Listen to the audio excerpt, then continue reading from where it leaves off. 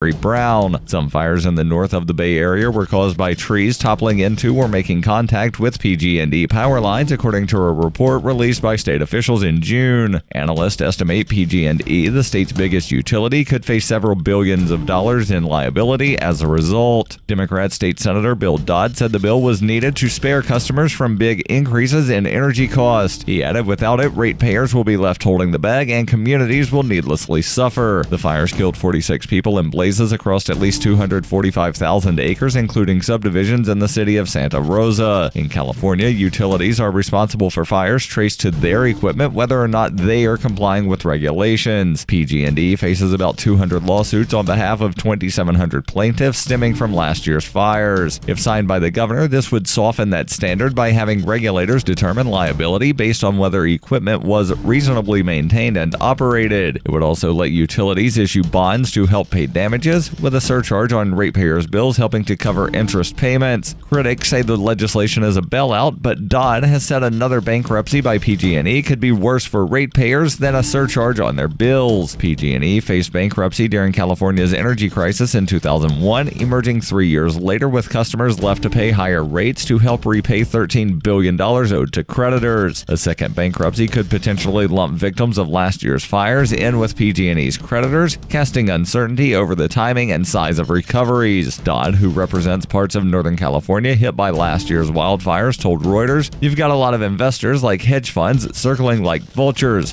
What would happen to the North Bay fire victims?" Consumer advocates have strongly lobbied against the bill. Reuters reported in August that PG&E hired law firm Will, Gotzel and Manges LLP to explore debt restructuring options, including breaking the firm up to let one division file for bankruptcy. PG&E said it will not be financially sustainable without changes to state policy. PG&E reported second quarter net losses of $984 million compared with net income of $406 million a year earlier.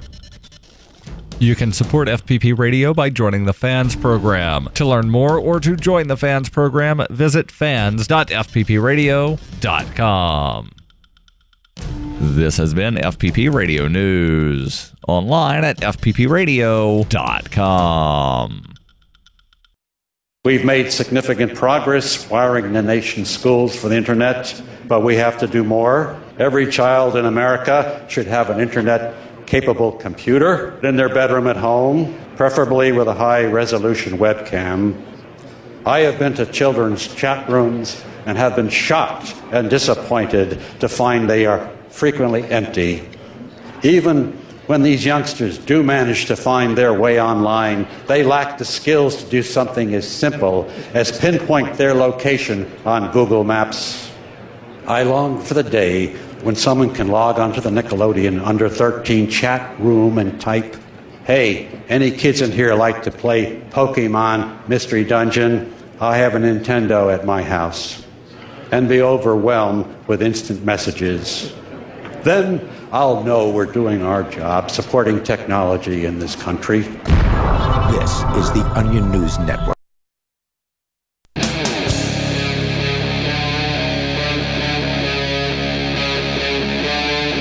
Free Talk Live. Free Talk Live. It's the live Sunday edition. It's Mark with you. And Darryl. That's right. If it's between 7 p.m. or 10 p.m. Eastern Time, any day of the year, you can call in and talk about whatever's on your mind here on Free Talk Live. That's why we call it Free Talk Live, because you're free to call in and talk live here on the radio. We, of course, come in with show preparation, and I guess the thing that I find most interesting that you've got, Darryl, is that apparently the U.S., although we're told that because of the Second Amendment, this is a deadly place full of outlaws. The U.S. I've never heard that the U.S. is a deadly place full of outlaws because the Second Amendment exists. I have heard an Australian comedian who makes a big deal about, y'all like guns, why don't you just say you like guns? By the way, I can't do an Australian accent, so you're just getting my regular voice. Good day, mate. Vegemite sandwich. Right, whatever it is. You know, making a big deal about America liking guns and then talking about how something terrible happened in Australia. Everybody acted in a reactionary fashion and outlawed guns. And then, I don't know, good things, stuff happened. Not entirely sure. Right, I'm still trying to wrap my head around, because the Second Amendment exists, supposedly recognizing the right to bear arms, keep and bear arms, that somehow that makes everybody in the U.S. outlaws when I the said word deadly. outlaw... I said deadly. Okay. And full of outlaws. Okay. Outlaws are people that don't obey the law. If the law allows you to have a firearm and you have a firearm, you're not an outlaw. All right. So we have something in this country called armed burglary. Usually what armed burglary is somebody breaks into a house and steals a gun. Mostly, the vast majority of the time, burglars don't carry guns. They steal guns and get an armed burglary charge, which I find to be a travesty of the law. You know, that's not what the lawmakers were talking about when they were talking about armed burglary, but nonetheless. So right, and in a lot of places, it's commission of a crime or possession of a weapon in commission of a crime. Sure. It doesn't matter if you had the weapon when you began the crime or if you stole the weapon. Right. And when these weapons are stolen, guns are some of the most stolen things in America. I don't have a list in front of me. So we're not talking about legally possessed firearms. Outlaws would not legally possess, but the Second Amendment does, is the claim is that the Second Amendment makes the country both deadly and full of outlaws. Now, the outlaws are the people who are committing crimes. Gun owners, if you look at the numbers, I believe cops are... a 20th is likely to commit a crime as your average citizen, and the licensed concealed carry permit holders are a 10th as likely as a cop to commit a violent crime. Yeah, I've heard something along those lines. And then one of those two groups of people, either cops or your concealed carry permit holder, are much less likely to use a weapon in the commission of whatever the crime is. Okay. So just because you commit a crime doesn't mean that you were using the weapon to commit said crime. Right. And it has to do with a crime that would get your concealed carry permit taken from you. Right. Which of course would be a felony in all cases. It doesn't matter whether it's kiting checks or robbing banks. Certain misdemeanors. Right. Some. So domestic violence. Anyway, I just had John Lott on the Edgington Post. It should be released soon. Never heard of him. John Lott, more guns, less crime. He has done studies, and he's a professor from University of Chicago and Yale, both, former professor, because basically his claim is that, they just can't put up with me over there. Right. These liberal college professors just don't want to talk about this stuff, and he should go get a job at Hillsdale. It's not a university, and maybe he doesn't consider. I don't know. Hillsdale's a college. Maybe he doesn't consider that up to. He can sell books and make money. Yeah. Why should he? Why should he put up with grading papers when he could just write books? Well, if he's complaining that he can't work in academia, you can complain about something. Sounds like he wants to work in academia. I understand. You're trying to solve. I'm trying to solve the man's problem. I understand. What if his problem is that he doesn't want people to disagree with him, and especially in sort of a fallacious way, but still doesn't want to do all the work of college professordom? Like if you work at a university. Oh, so now he's just complaining and he doesn't want a solution. Maybe not the solution you proffered. A college professor at a university generally does a lot different work than a college professor does. A university professor does different work than a college professor does. So college professors are teachers. They teach 13th through 16th grade, whereas university professors are often researchers who have grad students do their work for them. That might differ from college to college. It differs from professor to professor too. Right. But it's a much more generally true statement, is what I would say. Where were we on this? We were talking about... You were making a claim, and I was just trying to understand the claim that you had made before we even got into this article from the New York Post debunking the claim that America leads the world in mass shootings. Again, from the New York Post, they say the claim that the U.S. has by far the most mass public shootings in the world drives much of the gun control debate. Many argue that America's high rate of gun possession explains the high rate of mass shootings. President Barack Obama Many warned. people argue that. Yeah, just that. Barack Obama once warned, the one thing we do know is that we have a pattern now of mass shootings in this country that has no parallel anywhere else in the world. There you go. To justify the claim, and many other similar quotes. Obama administration cited a then unpublished paper by criminologist Adam Lankford. Lankford's claim received coverage in hundreds of newspapers all over the world. It still gets regular coverage, purporting to cover all mass public shootings around the world from 1996 to 2012.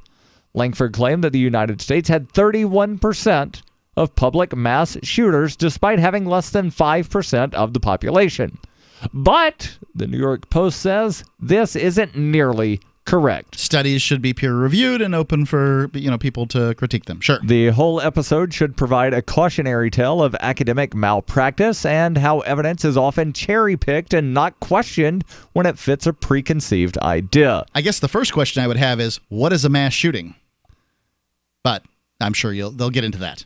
I think they do. And that's one of the things, and just to pause very quickly, you've probably heard the claim about some huge number of school shootings in the United States. NPR actually did a report on those. And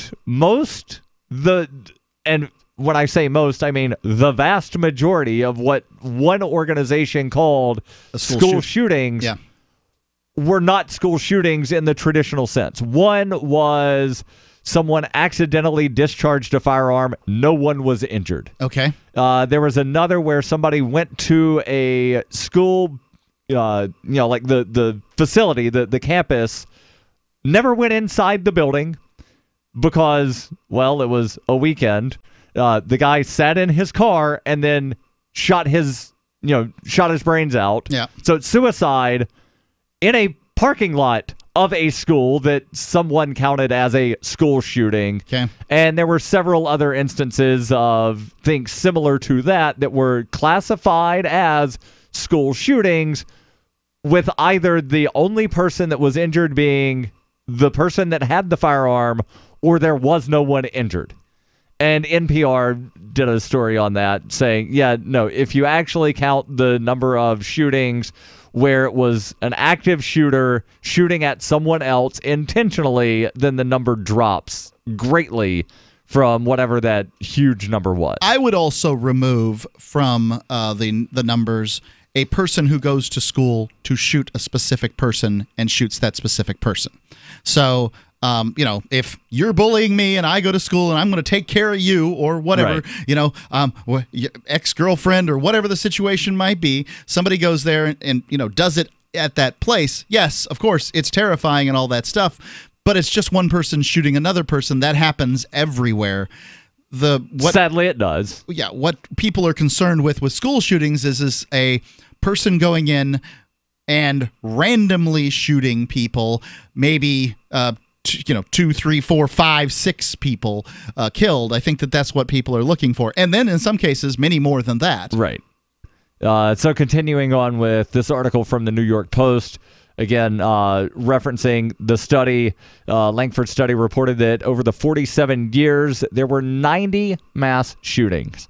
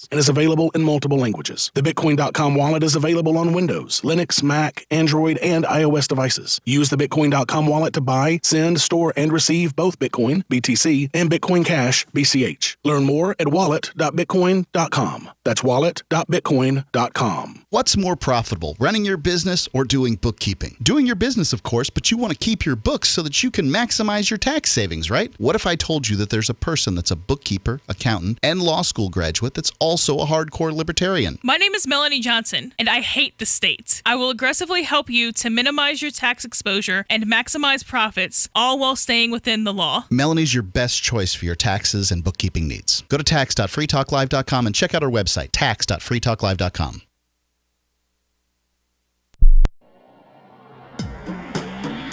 Free Press Publications is an independent, alternative media and publishing company founded in June 2009 with the mission of ensuring a free press for the freedom movement and is committed to spreading the message of peace, freedom, love, and liberty. FPP also gives new authors an avenue for publishing freedom-oriented material.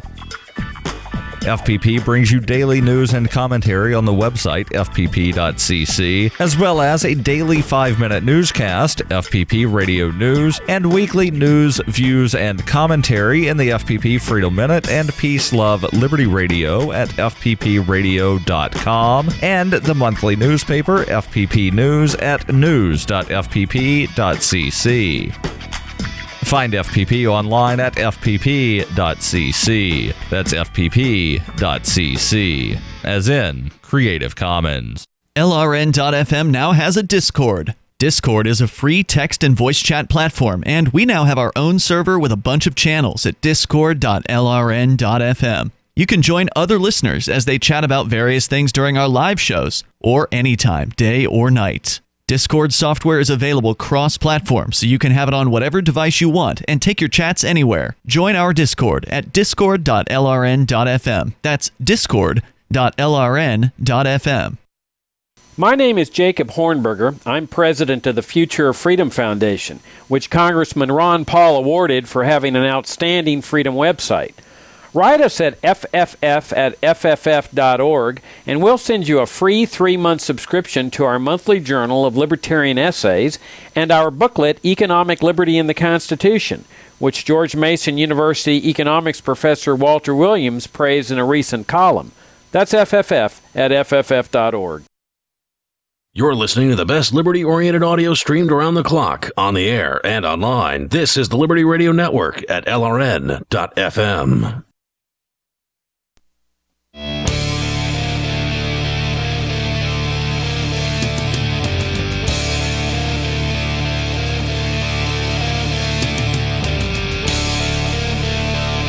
Free Talk Live Sunday edition. It's Mark with you. And Darryl. You can call in and talk about whatever is on your mind, as so many do here. As a matter of fact, let me tell you about the Discord chat room. So if you go to discord.freetalklive.com, you can there either interface with the website where you can chat and that sort of thing. But if you download the app, you can use it to call in, and it sounds so much better. It's just it's though you're in the studio. It's great audio. It's discord.freetalklive.com, and well, there's lots of folks in there chatting right now, and you can go in there and talk to them and potentially call in. Sound great. Darryl, apparently the claim is that the United States does not lead in the world in mass shootings, as was said by some study that was quoted by Barack Obama. Yes, that study done by criminologist Adam Lankford. Okay, what's really important here is that everyone ignore that we're critiquing Barack Obama because we're a bunch of seething liberals, right? Isn't that what we get called all the time? That wouldn't fit the narrative. We also get called conservatives because we, don't like government spending. Rarely do we get called conservatives, but, sometimes. It happens occasionally. When we were on that Madison station, and which I can only presume Madison, Wisconsin is just like chock full of cold-loving liberals. But anyway, when we were on that Madison station, yeah, we would get some calls in like that. And one of the reasons that Free Talk Live tends to be on both liberal and conservative stations is because, well, we're libertarians. Yeah, we're less distasteful than the other guy, and specifically, liberal stations just have fewer programs from which to choose. Right. There's no shortage of conservative programs out there, but Free Talk Live provides live programming, and on the weekend, that's pretty rare. I don't care who it is. Right. Unless you're, a sports broadcast, you're probably not live on the weekends. Probably not. Yeah, so jumping back into this article from the New York Post, again, they're referencing a paper done by criminologist Adam Lankford. His study reported that over 47 years, there were 90 public mass shooters in the United States and 202 in the rest of the world. Lankford hasn't released his list of shootings or even the number of cases by country or year. The author of this article at The Post says, "We and others, both in academia and the media, have asked Lankford for his list only to be declined. He has also declined to provide lists of the news sources and languages he used to compile his list of cases. These omissions are important because Lankford's entire conclusion would fall apart if he undercounted foreign cases due to a lack of news coverage and of language barriers." Lankford cites a 2012 New York Police Department report. If you're going to do a study on shootings, you need to show your numbers. If you don't show your numbers, you haven't done a study on numbers. Oh, he shows numbers, 90 and 202, but he doesn't tell you how he came up with those numbers. That's not science. That's not even a soft science like social science. That's just a claim made by somebody with a degree. That's a math question. Right. Larry has 47 watermelons. Well, how did Larry get the 47 watermelons? You don't need to know how Larry got his watermelons. So, there you go. Continuing on, Lankford cites a 2012 New York Police Department report, which he claims is nearly comprehensive in its coverage of recent decades. He also says he supplemented the data and followed, quote, the same data collection methodology employed by the NYPD. But the NYPD report warns that its own researchers limited their internet searches to English language sites, creating a strong sample bias against international incidents. Yeah, that's a real and problem. Thus undercounted foreign mass shootings. Yeah. Does Lankford's paper also have that problem? A new report from Crime Prevention Research Center, which one of us heads, one of us being the authors of this article, not one of us on this show, just finished collecting cases using the same definition of mass public shooting used by Lankford. Unfortunately, I don't see the definition readily available, but I did pull up the paper that they mention, and I'll try digging around to see what the definition is that they use, because it's very important. If we're going to talk about a thing, it's good to know what the definition is of that thing. Well, one of the difficulties is that countries get to do whatever the heck they want. This is the problem with monopolies. So police departments all around the United States do not turn in numbers of police shootings of civilians. Why? Because why would they want to give you that information? Right. Countries don't give a number for what is called a mass shooting. Because why would they want to do that? Right. Does Guatemala, does Honduras, does Nicaragua want to release numbers to the vacationing tourist public about how many mass shootings there are? Probably not. I would suspect that the numbers are probably higher in certain neighborhoods in Managua. Did I have that right? No, that's not is Managua the capital of Nicaragua, or is that Philippines? Anyway, I'm not sure. Whatever the capital is, that it's probably in some bad neighborhoods and not in every locale or whatever. For instance, people say that Acapulco is very dangerous. I've been there 3 or 4 times, and I've never seen anything that looks like a crime. So, I don't know. Yeah. So I have been robbed in Las Vegas, though. Right. That's an interesting story that you should retell sometime, but let's continue with this article from the New York Post. They say, we know of no way to discover most of the cases where 4 people have been shot to death in an incident in Africa or many other parts of the world during the 1960s, 70s, 80s, or even 90s. And that is the reason the new study looked at just the last 15 years, from 1998 to 2012, of the 47 years that he examined. So I'm guessing there is the definition used. 4 or more people killed in a shooting. Okay. And again, they're saying that they can't find any information from Africa. They should be 4 unrelated people. Because if a mean grandpa decides to shoot his 3 disobedient sons, that's a family issue, right, not a mass shooting. Right. I mean, to me, I'm just trying to, I think that everybody agrees on these definitions, and we need to agree on these definitions. And that way you get good numbers. And a mass shooting is, to me, somebody walks out in public and shoots 3 or 4 or more people who are not related to each other. And, Right, so the random crazy guy that went to the shopping mall and just started firing. Because we're told that guns make mass shootings massy, right?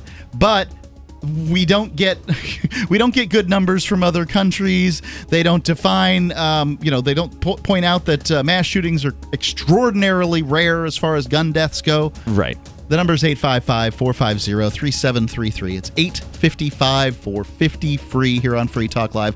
Or that concealed carry permit holders are really safe people. Free Talk Live.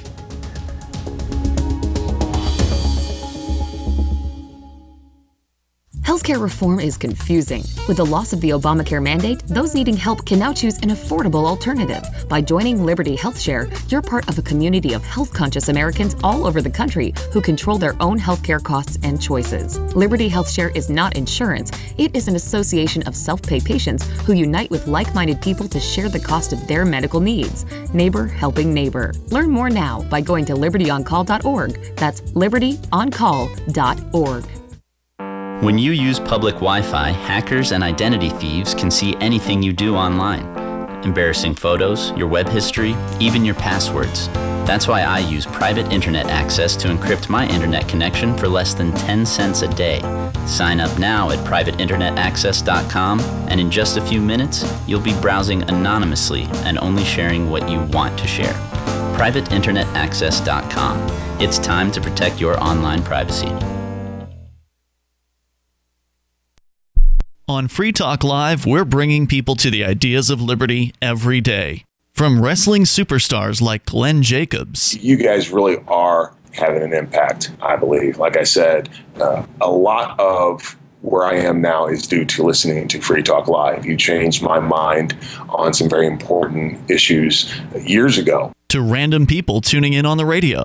I was kind of stuck in the left-right paradigm. I heard your show by chance on a Saturday night. From there, I went on, joined the Free State Project, and become an amplifier. So, I mean, that's really the reason why I amp is because I know that if it wasn't for you guys being on as many stations as you are, I never would have found the ideas of liberty. Your amp will directly change more lives by getting Free Talk Live in front of people looking for talk radio online and on the air.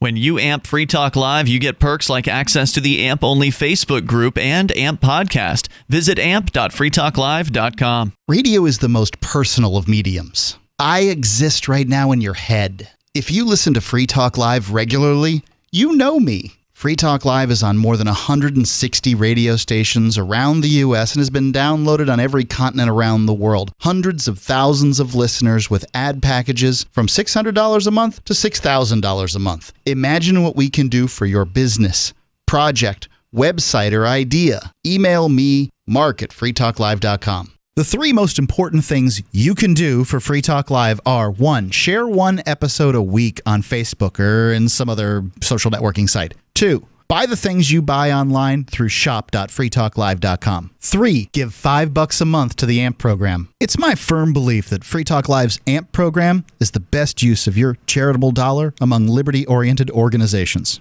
Support all the organizations you love. But make sure you give $5 a month to AMP at amp.freetalklive.com. The Free State Project has reached its goal of 20,000 liberty lovers who've pledged to move to New Hampshire and get active to achieve liberty in our lifetime. Perhaps you're trying to figure out what part of New Hampshire should be your destination. If so, consider Keene. You'll find more than 150 reasons to move to Keene at move.freekeene.com. Keene is famous for its historic, publicity-generating activism, as well as being the liberty media capital of the world. It's home to freekeene.com, New Hampshire's destination for liberty activism, news, and opinion. For years, we've been compiling over 150 reasons to move to Keene at move.freekeene.com, where you'll learn about some of what's happening here and what makes Keene a great place to live. If you love liberty, you'll probably enjoy anywhere you end up in the Shire. But do your due diligence first. Please visit move.freekeene.com for the full list of over 150 reasons to move to Keene. That's move.freekeene.com. Do you love Twitter? Make sure you favorite the LRN.FM Twitter account so you can receive our tweets at twitter.lrn.fm. That's twitter.lrn.fm.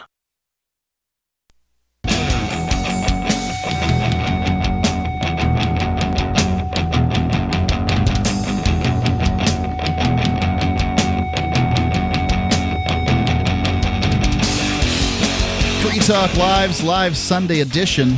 It's Mark with you. And it's Darryl. You can call in and talk about whatever's on your mind. We're talking about guns. Mass shootings specifically. And how we may, in fact likely, were misled in the claim that the United States somehow leads the world in mass shootings. That science seems a heck of a lot like bunk. Does it bother you to call social science, Darryl? I've never thought about it. Well, I mean, collecting numbers, parsing numbers. I mean, it's science-y. But science is something that can be repeated. I've heard the claim that, that's right, your numbers could be checked. I don't have a big problem with calling social science. However, all the evidence I have is that social scientists tend to be chucked full of people with agendas, and those agendas tend to be progressive and socialist in nature. So there's that. Well, this guy doesn't call himself a social scientist. He calls himself a criminologist. Very good. Let me tell you about MyPillow. It's a good pillow. Yeah. Not just MyPillow, but MyPillow as well. The brand, right? The brand MyPillow. We both have a MyPillow. We don't share the same pillow. No, it is not the same pillow.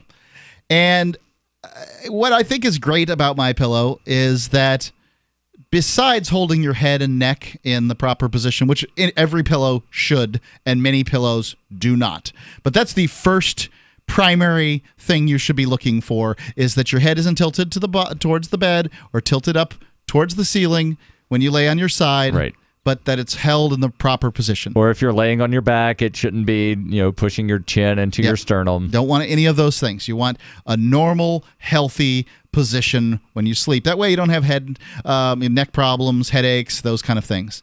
Second, and I think that this is really important, is you can wash a MyPillow.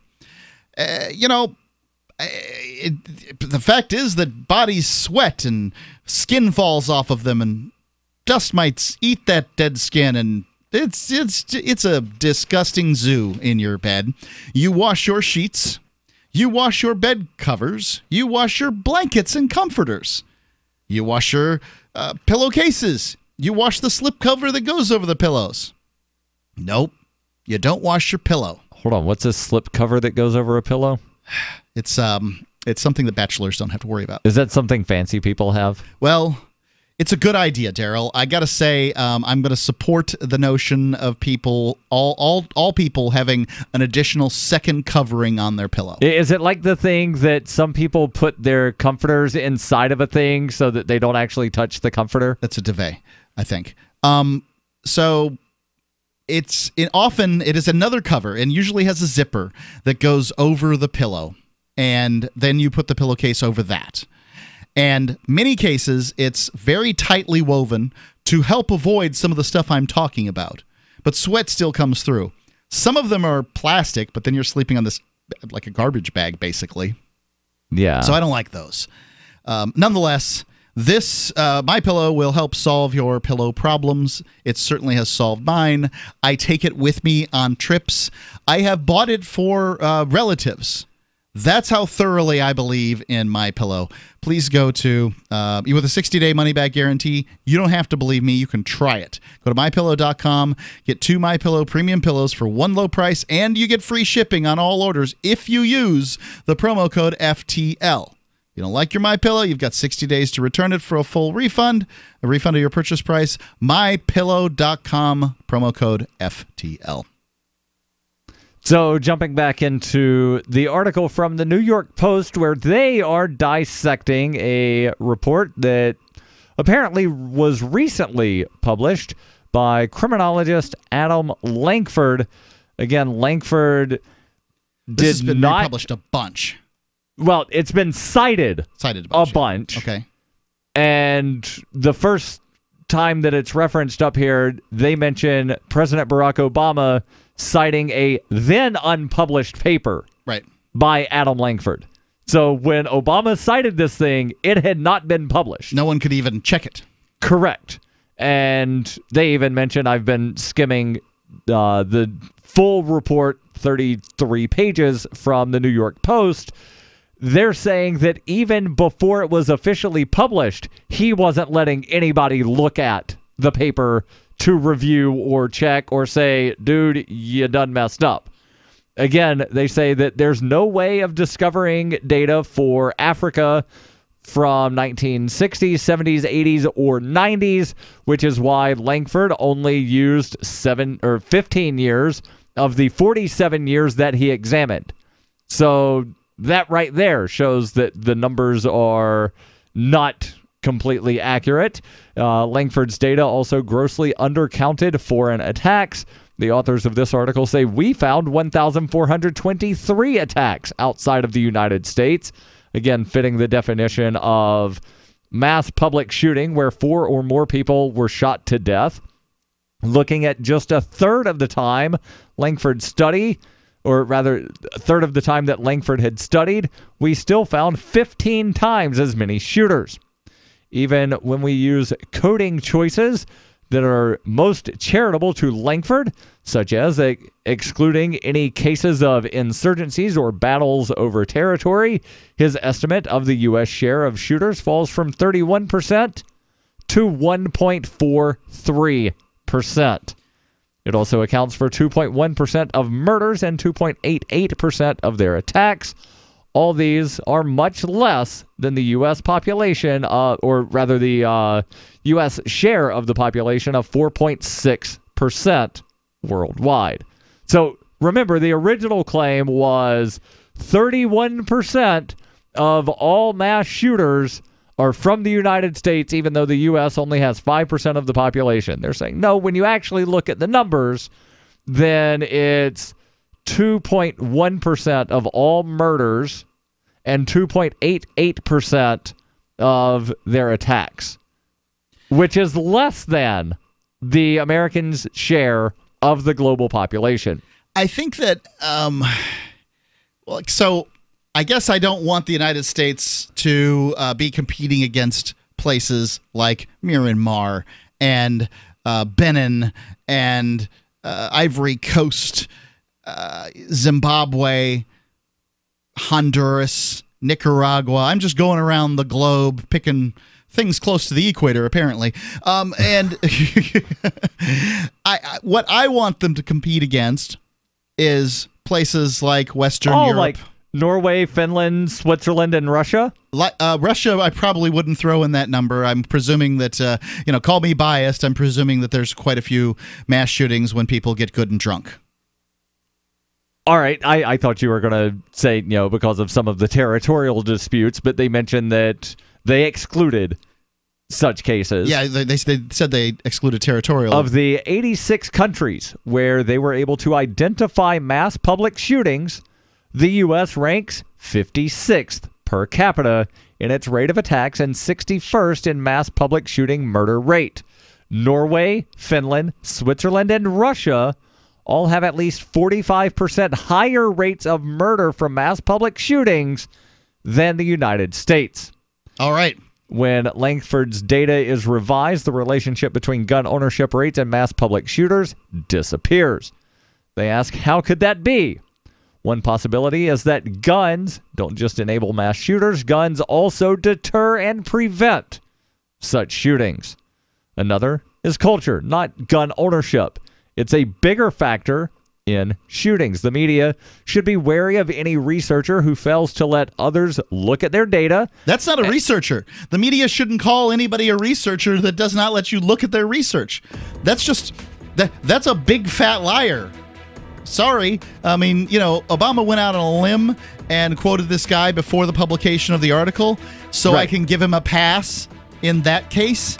If he cited that there is this pre-published article that they're working on or whatever, I can give him a pass. But once the article comes out and people are like, there's no numbers here. That's ridiculous. 855-450-3733. Free Talk Live. Do you operate a retail business and are looking for a solution for point-of-sale cryptocurrency acceptance? It's never been easier thanks to AnyPay.global.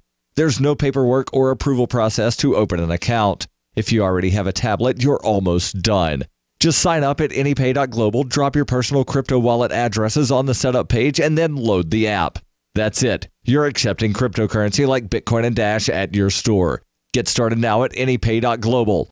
AnyPay.global. Zencash is now Horizon. Horizon is a privacy platform built on zero-knowledge technology with a decentralized secure node architecture. The Horizon platform enables real-life uses beyond currency, including the ability to privately chat with other people. Soon, Horizon will enable you to publish information and go anywhere on the web, all with complete privacy. Horizon, bringing privacy to life. Learn more at horizon.global. HORIZEN.global. It's been said, any society is only 3 missed meals away from chaos. Those times may be near. Think about it. Our country faces multiple terrorist threats and aggressions from Russia and North Korea. Social unrest and violent marches yet again may lead to looting of stores and city shutdowns. And our crumbling infrastructure leaves our power grid vulnerable to long-term outages from a single cyber attack. When the chaos from any one of these threats arises, the government knows it can't provide during a widespread national emergency. That's why you need your own plan for self-reliance.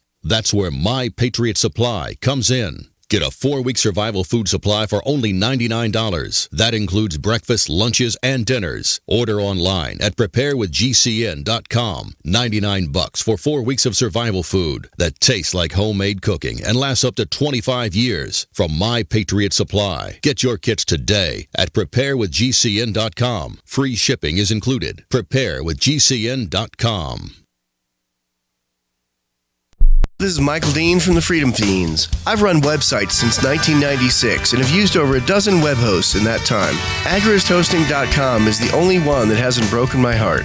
Agrist Hosting's uptime and service is stellar, and their DDoS mitigation is the best I've seen. That's important because if you tell the truth in this world, you'll ruffle feathers. And some people will try dirty tricks to silence your voice. No matter what the haters hit us with, Agrist Hosting keeps our websites online.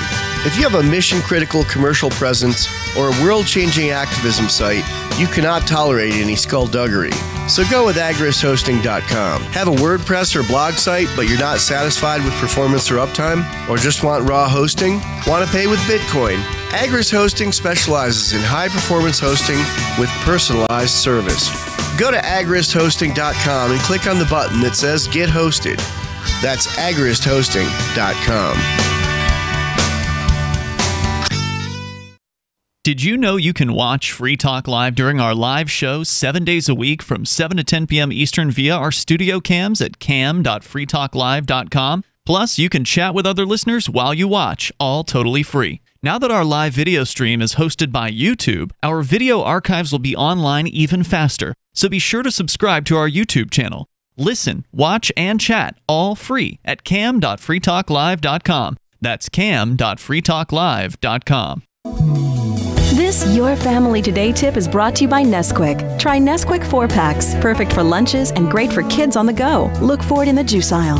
Snack time is a great chance to sneak extra calcium into your child's diet without making him feel like he's eating something he doesn't want. Serve up dairy-rich foods like smoothies, flavored milk, frozen yogurt, and string cheese.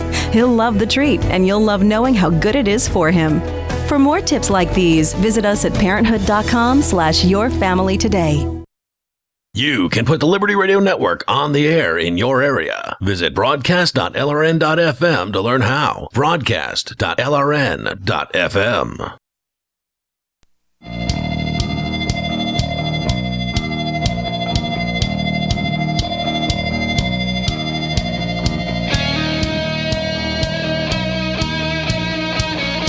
Free Talk Live Sunday edition. Mark with you. And Darryl. Bitcoin.com wants you to know about saveatpurse.com. Since its launch in 2014, over 200,000 users have saved an average of 15% for a combined $4 million using Bitcoin. And now you can use Bitcoin Cash, that's BCH, to fund your account. So now, instead of having to use BTC and pay the higher fees, you can use Bitcoin Cash and get lower fees. You can save between 5 and 33% on things you were going to buy anyway when you shop using saveatpurse.com. Now, this is an interface with Amazon, so Amazon already has pretty good prices. They have to compete with the big box stores and all that stuff, and you can have it delivered. And now you can save between 5 and 33%. I think a good number to shoot for is like 20 or 25, personally. Yeah. I just wound up a couple days ago getting an order of something. Interestingly enough, it came from Walmart because whoever the seller is, they have some kind of thing set up to where Walmart drop ships stuff. And so when the package came, Ian asked, hey, do you know who, such and so person is? I had never heard the name before. Apparently, whoever placed the order, somehow just the wrong name got put on the label, but it was my order. Ian cut open the box. He was like, don't you use this peanut butter, coconut oil stuff? I was like, yes, I do. That's mine. Let me go to Purse, mark that as delivered. Items, you just add items to your cart on Amazon, fund your account on Save at Purse, select your discount, and save. Saveatpurse.com, save AT, not an email address, saveatpurse.com. So we've been talking about this article from the New York Post. Again, there was something that was referred to as research, not good research. And Mark, you've been making the claim that if it's not good research, it shouldn't be able to use the word research. That's kind of how I feel, yeah. So you also mentioned that if he doesn't have numbers, you said if he doesn't have numbers, well, he gave numbers. He just didn't explain how he came about obtaining those numbers. I understand. You're taking the word numbers literally as opposed to colloquially. From a colloquial standpoint, I use the term numbers. Being in the radio business, we talk about the radio listening statistics as the numbers. Because the books, the Arbitron books, are square-bound volumes, 200 pages, issued in many cases quarterly, some cases monthly, some cases biannually. Depends on the market. And it's just full of numbers and letters. And if you don't know what you're looking at, it's just this jumble of gobbledygook. If you do, you can dig in and find out everything you need to know about your show or station or whatever it is that you got. So yes, I'm using the colloquial term numbers to mean research as opposed to the literal thing, which is spitting out a bunch of damn lies in the form of numbers. Right. And again, New York Post saying that not true at all when you actually look at the numbers, or what they mean is you do the actual research and find the actual numbers. The U.S. actually winds up being 56th per capita out of the 86 countries where mass shootings had been identified. So I'm really glad the U.S. doesn't lead the world in mass shootings. I'm so glad to hear that. Let's go to Carl calling in from New Jersey. Carl, you're on Free Talk Live. Thanks for taking my call. I know how much one of you dislikes the public school systems. I don't like them either, and here's another reason why. 2 weeks ago or so, I went to the school board meeting, and the liberal school board president said within by 2023, the students will not be rated. They will have a class speaker, but maybe it'll be our governor of New Jersey, if you know what I'm saying. There'll be no 1 through 10, the best high school students, and here's what I think they're doing. Hold on, what's 1 through 10? Like a rating for the schools?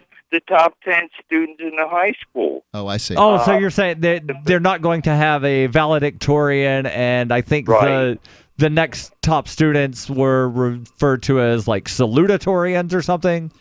They won't have any of that. But the liberal school board president, his daughter was the speaker last year, and what a stress on her, he said. In other words, he got his cake and ate it, but nobody else will. And here's what they blame it on. The other high schools in the area are already doing it. And the ones that spoke against it was a student and maybe 3 parents. It don't matter, because the school board's going to say, we're doing it anyhow. Yeah. But I'm going to encourage people to go to the next school meeting, maybe 100 people, and they all get up and speak against it. Well, let me ask this question. Are they also getting rid of grade, like, you got an A on this test, you got a B? Are they getting rid of that and just saying pass-fail? Yeah, that's exactly right. Good, because that's how life is. Yeah, but guess what? Everybody will pass, won't they? And then it'll go up. No, not everybody's going to pass. Yeah, I disagree, Darryl. I mean, life isn't just pass or fail. You can pass with flying colors or pass poorly. A grade point average is useful in rating things. Students rating students against each other has a value. I guess when I think about this, every job I've ever had where there have been employee reviews, it's always been one of these things of, here's an area where you need to improve, or you're doing good, you get to keep your job. Like, there's never been a thing of, oh, Darryl, you got a 4.9 on your review, and this other guy got a 4.1, and this guy got a 2.7. As a salesperson, I can tell you that I have been in bullpens, and in those bullpens, they definitely do rank the salespeople against each other. Because don't you want to know who your poorest performing salesperson is? If everybody just gets a pass or a fail, then there's no point. Then all you have to do is pass. Well, you want people to excel. You want them to push against each other. You want the best employee you can get, and the best way to a great way to do that is to pit them against each other. So if go ahead, Carl. But in government workers, it's pretty hard to get rid of. Right. Well, the problem with government workers is their boss doesn't want them to outperform them. My wife was a vocational rehabilitation counselor for the state of Florida.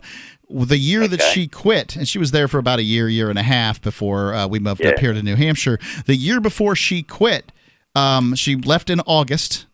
And she was done with her quota of cases that year. And then they took extra cases.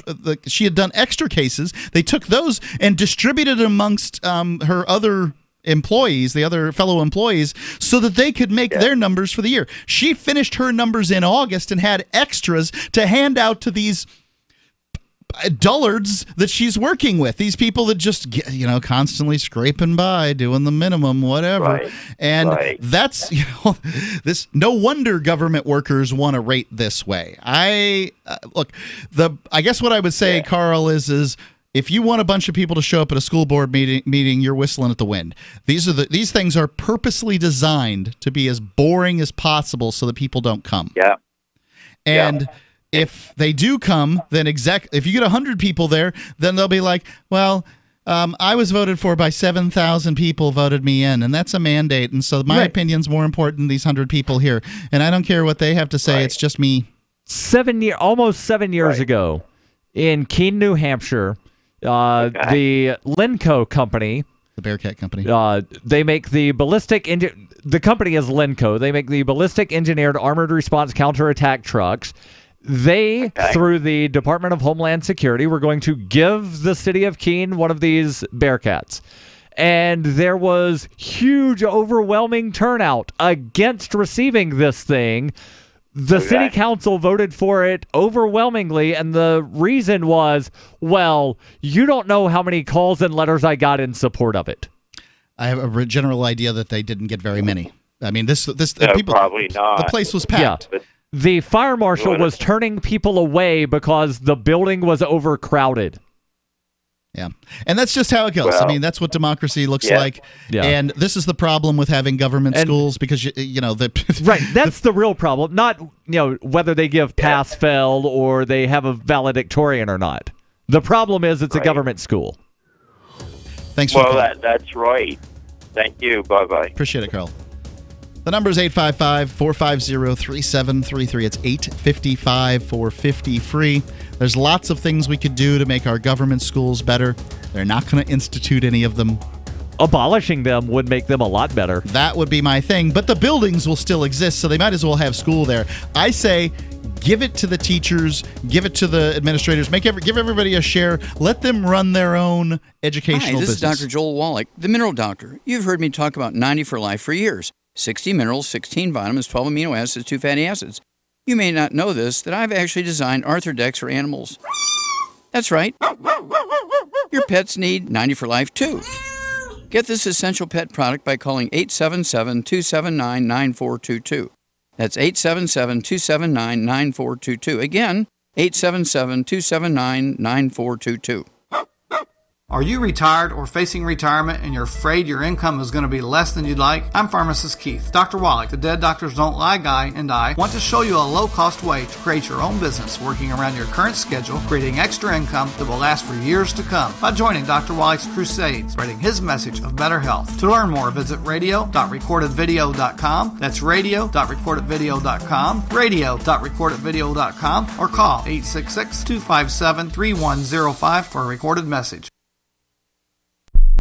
What do you shop for that you could otherwise buy at Amazon? Pretty much everything, right?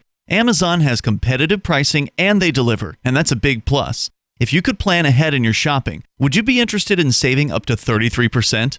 There's a catch. You have to do your shopping in Bitcoin. But imagine those savings. It's like a huge raise. All you have to do is go to saveatpurse.com. We've saved thousands, and you can too.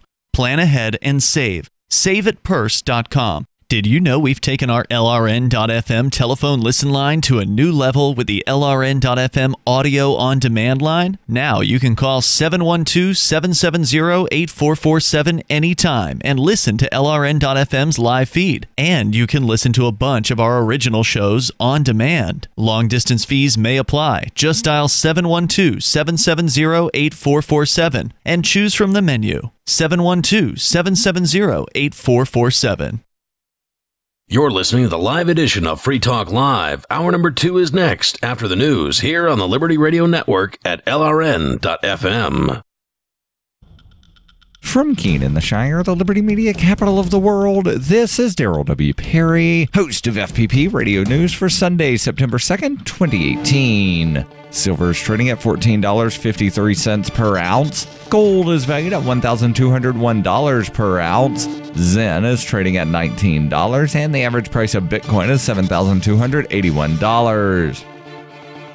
Antiwar.com reports in a statement issued on Friday, the U.S. State Department has announced that the Trump administration is fully defunding the UN Relief and Works Agency, UNRWA, the body providing aid to Palestinian refugees. The administration is citing the UNRWA's recognition of in excess of 5 million Palestinian refugees and the belief that this number will continue to rise. It comes amid recent U.S. efforts to strip most Palestinians of refugee status and a demand that the UNRWA cap the number of have allowed Palestinian refugees in the world to 500,000. U.S. officials say they believe this is unsustainable and that the funds provided in January will be the last funding the U.S. provides to the UNRWA. This was cheered by Israeli Prime Minister Benjamin Netanyahu, who has long demanded that the UNRWA shut down outright. This is just the latest in a series of Trump administration moves to cut aid to the Palestinians. The rest of the international community does not appear to share the U.S. position, and Germany has already announced it intends to boost funding to the UNRWA to sustain aid efforts. The U.S. is withdrawing $290 million, which will be spent elsewhere by the State Department.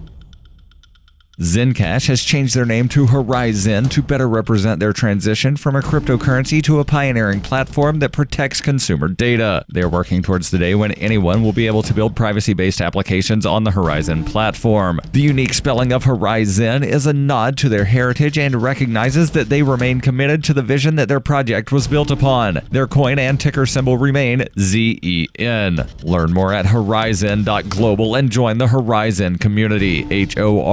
HORIZEN.global. Reuters reports California's legislature passed a bill late on Friday that could help the utility Pacific Gas and Electric Company, PG&E, avoid potential crippling liabilities for wildfires that ravaged northern parts of the San Francisco Bay Area last year. The bill, passed 29-4 in the Senate and 45-10 in the state assembly, requires approval by Democratic Governor Jerry Brown. Some fires in the north of the Bay Area were caused by trees toppling into or making contact with PG&E power lines, according to a report released by state officials in June. Analysts estimate PG&E, the state's biggest utility, could face several billions of dollars in liability as a result. Democrat State Senator Bill Dodd said the bill was needed to spare customers from big increases in energy costs. He added, without it, ratepayers will be left holding the bag and communities will needlessly suffer. The fires killed 46 people in blazes across at least 245,000 acres, including subdivisions in the city of Santa Rosa. In California, utilities are responsible for fires traced to their equipment, whether or not they are complying with regulations. PG&E faces about 200 lawsuits on behalf of 2,700 plaintiffs stemming from last year's fires. If signed by the governor, this would soften that standard by having regulators determine liability based on whether equipment was reasonably maintained and operated. It would also let utilities issue bonds to help pay damages, with a surcharge on ratepayers' bills helping to cover interest payments. Critics say the legislation is a bailout, but Dodd has said another bankruptcy by PG&E could be worse for ratepayers than a surcharge on their bills. PG&E faced bankruptcy during California's energy crisis in 2001, emerging 3 years later with customers left to pay higher rates to help repay $13 billion owed to creditors. A second bankruptcy could potentially lump victims of last year's fires in with PG&E's creditors, casting uncertainty over the timing and size of recoveries. Dodd, who represents parts of Northern California hit by last year's wildfires, told Reuters, "You've got a lot of investors like hedge funds circling like vultures. What would happen to the North Bay fire victims? Consumer advocates have strongly lobbied against the bill." Reuters reported in August that PG&E hired law firm Will, Gotzel & Manges LLP to explore debt restructuring options, including breaking the firm up to let one division file for bankruptcy. PG&E said it will not be financially sustainable without changes to state policy. PG&E reported second quarter net losses of $984 million compared with net income of $406 million a year earlier. You can support FPP Radio by joining the Fans program. To learn more or to join the Fans program, visit fans.fppradio.com. This has been FPP Radio News, online at fppradio.com. It's the Onion Radio News. Starbucks begins its sinister Phase 2 of operation. This is Doyle Redland reporting. After a decade of aggressive expansion throughout North America and abroad, Starbucks suddenly and unexpectedly closed its 56,423 worldwide locations today to prepare for what insiders call Phase 2 of the company's long-range plan. Cynthia Valkamp, Starbucks head of marketing, made this brief statement at a press conference earlier today. We have enjoyed furnishing you with coffee-related beverages and are excited about the important role you play in our future plans. Existing Starbucks franchises across the nation have been shuttered with high-strength titanium, and the well-known Starbucks logo has been slightly altered to present the familiar mermaid figure as a cyclopean mermaid whose all-seeing eye forms the apex of a world-spanning pyramid. Doyle Redland for the Onion Radio News, online at theonion.com.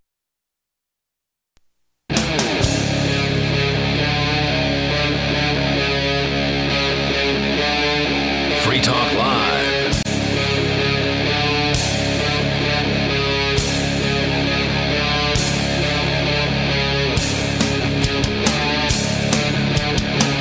It is Free Talk Live. It's kicking off the second hour. It's the live Sunday edition.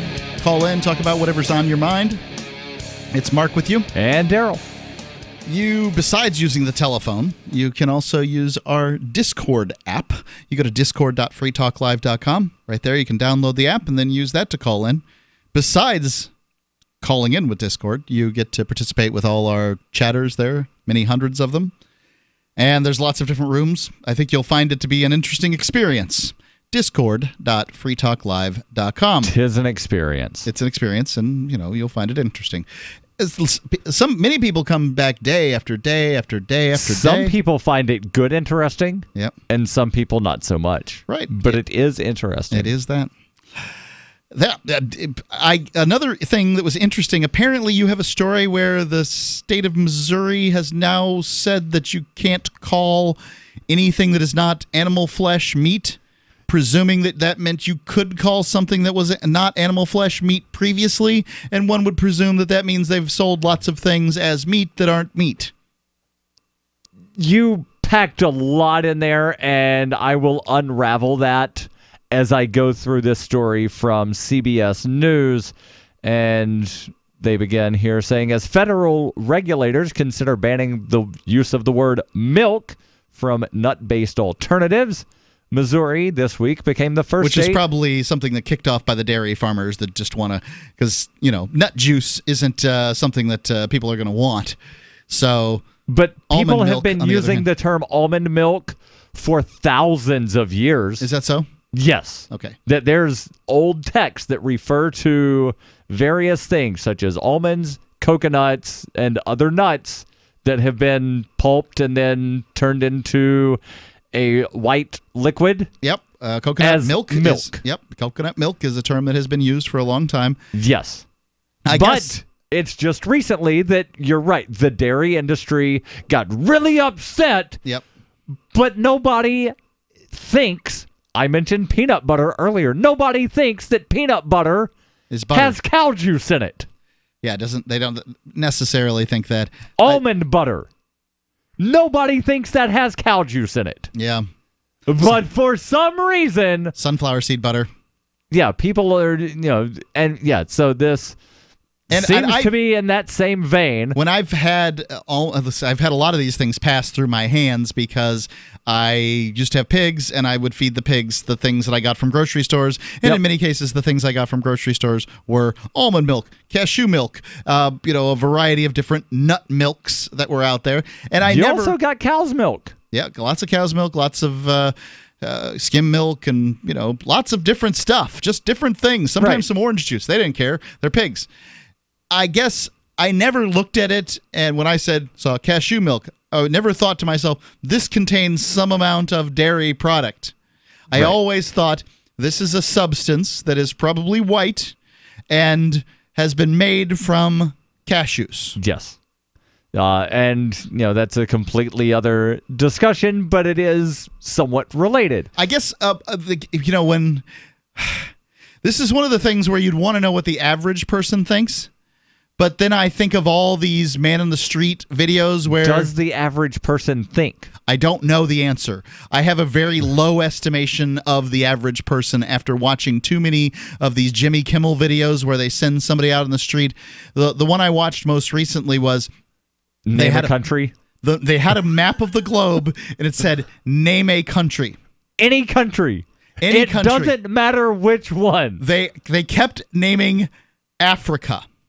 Not a country. Not a country. That's a continent. Well, I know there's South Africa. Where is it? None of them. Not one of the ones that they showed. And I don't know how many people they have interviewed. Hold on. At the very end, you turned it off before the very end. No, I didn't. There was the kid. Right. But you would think that one of these Nimrods could go to the south part of Africa and find South Africa. You would think that one of these people would slap the stick right in the big America-shaped thing and say, America. Now, I will say they were clever because they switched the continents around, so they had the Western Hemisphere to the east and the Eastern Hemisphere to the west, and although the globe is round, and it's just not normally shown that way on a map. Correct. So people were a little befuddled because America's supposed to be sort of in center upper left-hand side. Right. And Canada's supposed to be, but it's not. China is America. How's China America now? Yeah. One guy, I think, pointed to Alaska. Like, here's Alaska. That's a state. I don't know. Yeah. Finally, this kid shows up, takes the stick out of the person's hand, and just begins naming everything. Geography lesson. From the bottom right. Got Papua New Guinea. Not hard, not easy. Yes. But just ding, ding, ding, ding, ding, ding, ding, ding, ding. Right. But also, if you watch game shows like Jeopardy, there are times when really, really smart people just have a brain freeze, and they're like, they'll buzz in. I forgot what I was going to say. I understand. And then Mustache Guy says the answer, and he's like, yeah, I knew that. Yeah. I'm sorry that it is inexcusable to me. Inexcusable that somebody could, be called a high school graduate and be given a driver's license. I mean, like, there's so many things that I feel like they're just unqualified for that is in everyday life. If you cannot name a country in 30 seconds, you look at a map, you cannot name one country, you have 30 seconds.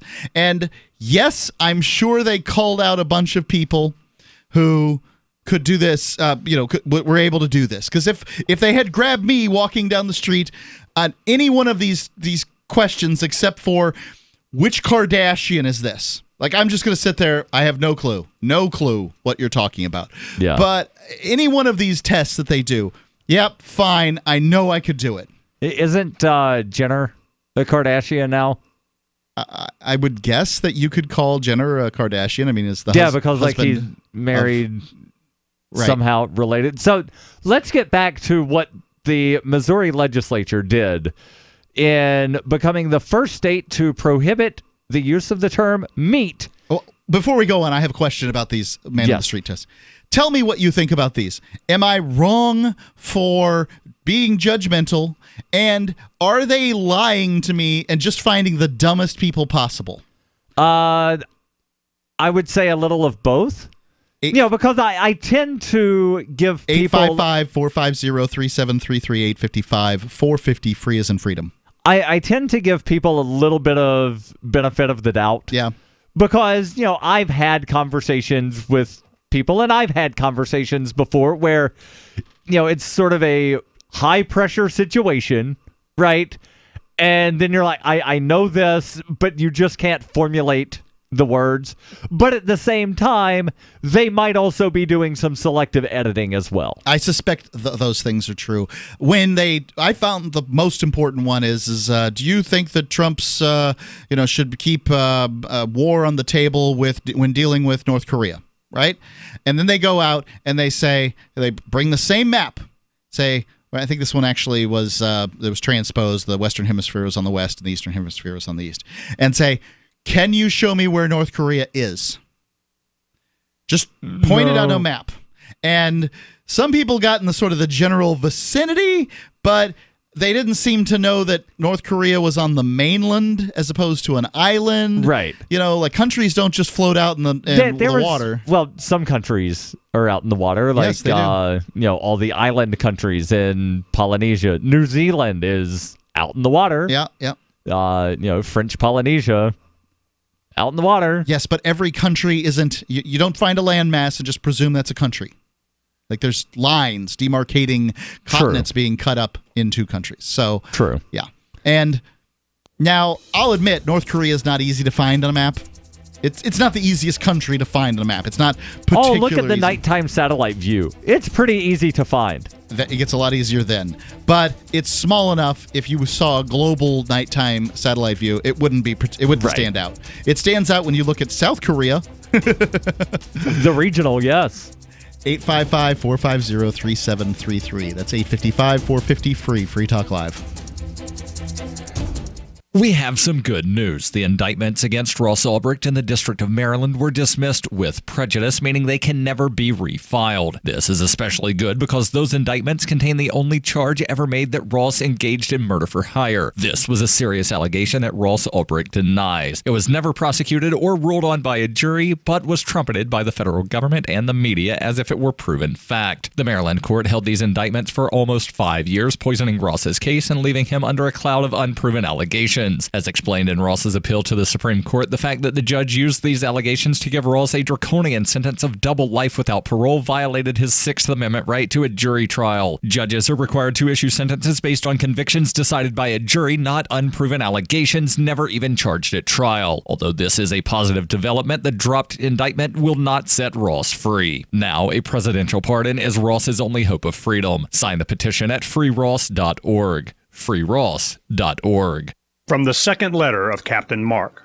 Any pirate knows that commerce is communication. Markets condense oceans of information into a single price. Innovations in communication are circumventing the scrutiny of the Crown. This signals a change in the coin of the realm.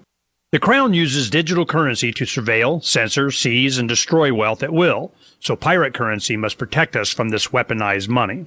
We need to move funds further, faster, cheaper, and without third-party observation, basing decisions on an accelerating flow of information, so pirates require nearly instantaneous transactions with no arbitrary limits on volume or artificial influences on fees.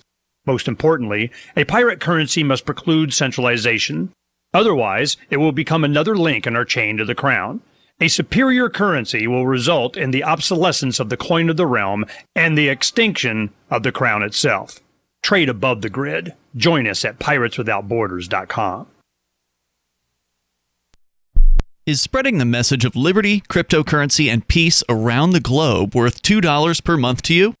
As you may already know, in addition to our internet feed, LRN.FM broadcasts on free-to-air satellite across North and Central America, as well as Sub-Saharan Africa. And we've been available on satellite for free 24/7 since 2010. The LRN.FM free-to-air satellite signal is reaching some of the most oppressive regimes in the world, and there's no doubt our ideas are making an impact. You can learn more about the channel's impact by watching the 3-minute video at fund.lrn.fm. If you'd like to help free minds globally with our ideas of liberty, cryptocurrency, and peace, you can donate as little as $2 per month via fund.lrn.fm. You can help us continue and expand our satellite broadcast to multiple continents. Visit fund.lrn.fm today, and thank you for your help. Don't forget to share the link on social media. That's fund.lrn.fm. If you want to know the latest about Free Talk Live before we go on the air, all you need to decide is how you want it delivered. It's your choice. Visit news.freetalklive.com. You can get emailed announcements and participate in contests via our email updates list. Plus, we have a Twitter account that you can follow and a Facebook page where you can become a fan. So visit news.freetalklive.com to get news about Free Talk Live as soon as it's announced and the way you want it delivered at news.freetalklive.com. That's news.freetalklive.com. Looking for a great real estate investment? Consider New Hampshire, which is ground zero for the Liberty Movement. Your first call should be to Mark Worden from Porcupine Real Estate. He's more than just a real estate agent. He's your New Hampshire concierge. Where are the best places to live? Do you want farm, city, the burbs, or forest? Do you want a duplex or multifamily building so that renters pay your mortgage? There are homes in all price ranges in New Hampshire, and Mark can help with financing too. Invest in liberty and property. Mark Worden can help. PorcupineRealEstate.com. Help get LRN.FM into more ears. Visit promote.lrn.fm for a free bumper sticker, flyers, banners, graphics, and more. Promote.lrn.fm.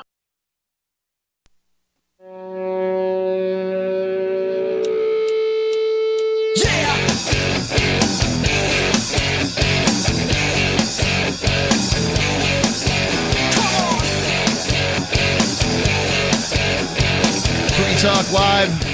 It's a live Sunday edition. It's Mark with you. And it's Darryl. We've been across the board tonight from the United States not leading the world in mass shootings to gun ownership, school boards, and then, Mark, the geography snob.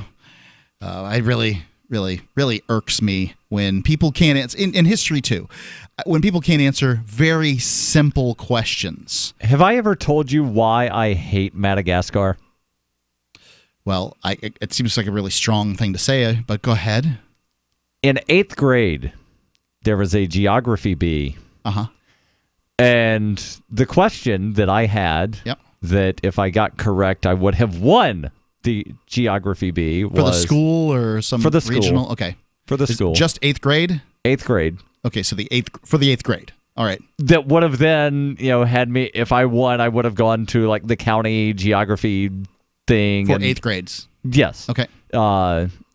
Question was, what is the island off the southern coast, the island country off the southern coast of Africa?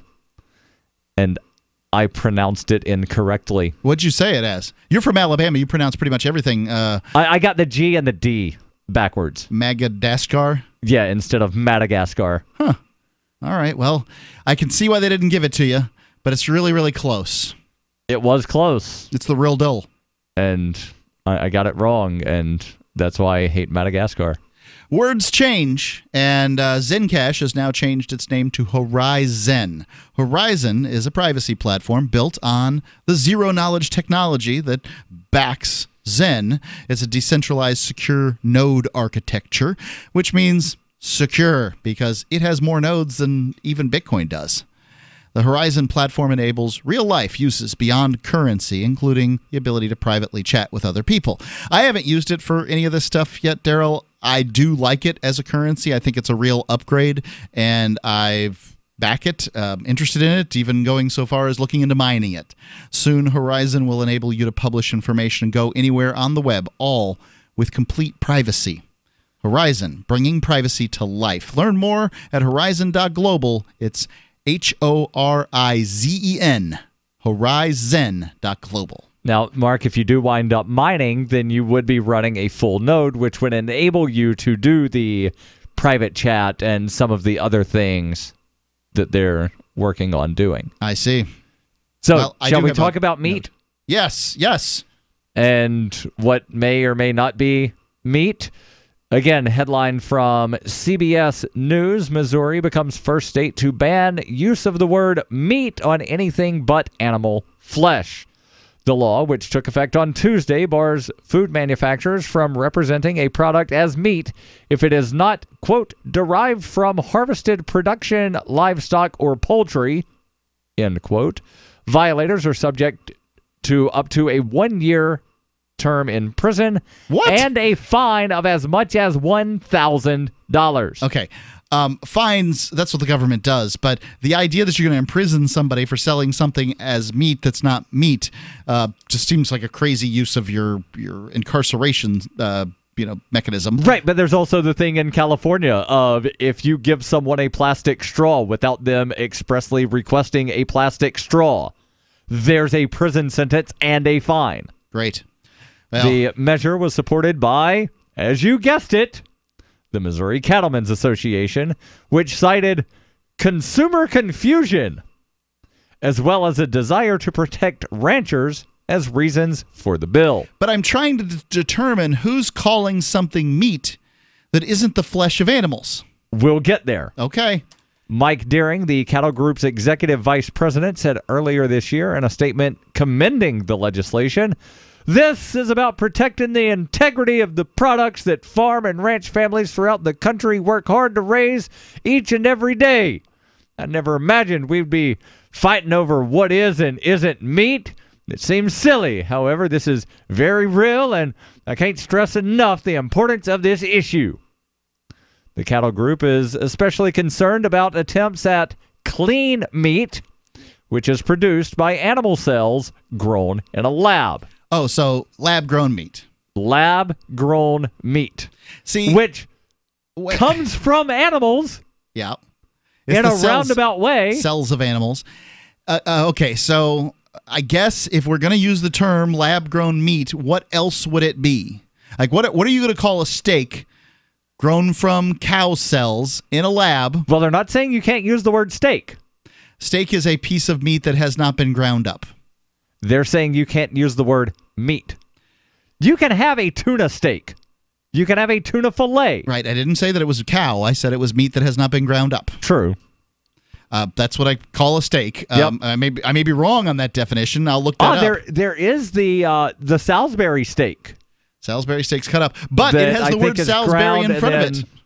True, but it's still... So continuing on, again, they say the cattle group is concerned about these, clean meats that are produced by animal cells grown in a lab, and they support a proposal by the... support having a proposal sent to the U.S. Department of Agriculture that would wind up setting a national law that's the same as the Missouri law. I guess my question would be lab-grown meat's coming, and I don't care what laws the Cattlemen's Association puts on the books in what places. Not only is it coming, I've heard that it's actually available in some places. Oh, I didn't know that you could buy it. Yeah, there's something called, I think it's called the Better Burger, that is one of these lab-grown things, and it also bleeds. Well, it's meat.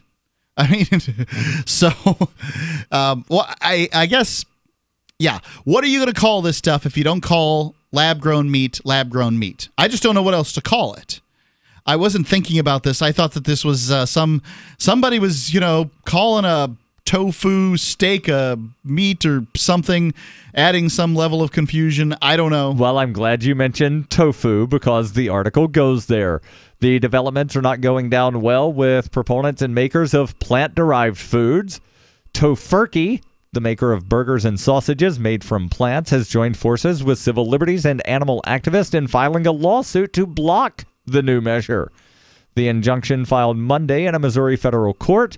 Tofurkey and the ACLU argued that the state had not heard complaints from consumers that were allegedly confused about the use of the phrase plant-based meats. Preventing food makers from using the term violates First Amendment rights, according to the ACLU in the suit. Besides, this is like this almond milk complaint. Is no one thinks of almond milk as real dairy-derived milk. No one thinks as lab-grown meat is something other than meat grown in a lab. Besides, the word meat has for years been used to refer to the edible portions of fruits and nuts as well.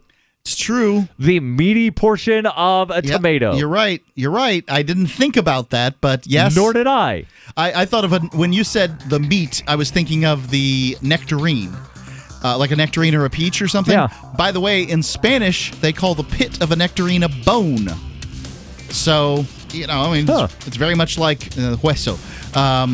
Very much like meat in that way. 855-450-3733. Do you think that lab-grown meat should be disallowed from being called meat? Free Talk Live, 855-450-FREE.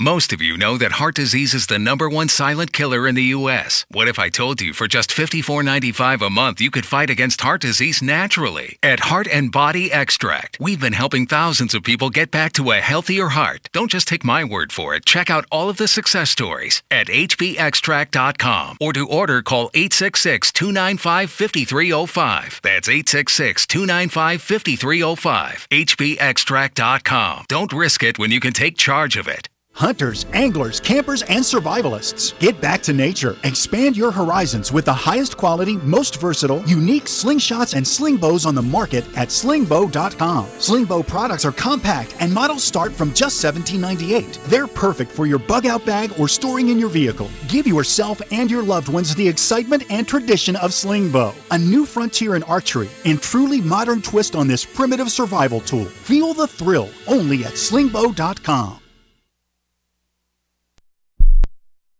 The only nation where this regularly happens concludes that there's no way to prevent this. A college rape victim is pretty thrilled about recounting her assault to a faculty committee, and the nation's depressed individuals march on the Atlantic Ocean. This is the Onion Week in Review. Secretary of Veterans Affairs Eric Shinseki announced plans this week to improve healthcare for American veterans with a new $500 million state-of-the-art waiting room. The 150,000 square foot complex will reportedly feature a wide selection of magazines, 2 water coolers, and receptionists who will immediately give veterans vague answers about how long they can expect to sit there before receiving inadequate healthcare. And in this week's commentary, A local man finds owning a cat is a great way to meet women who magically appear in your living room. In other news, a new study finds employee morale drastically improves after watching a coworker throw a fit. A wise oracle proclaims to all at a barbecue that he felt a raindrop, and an elderly man is hailed as alert.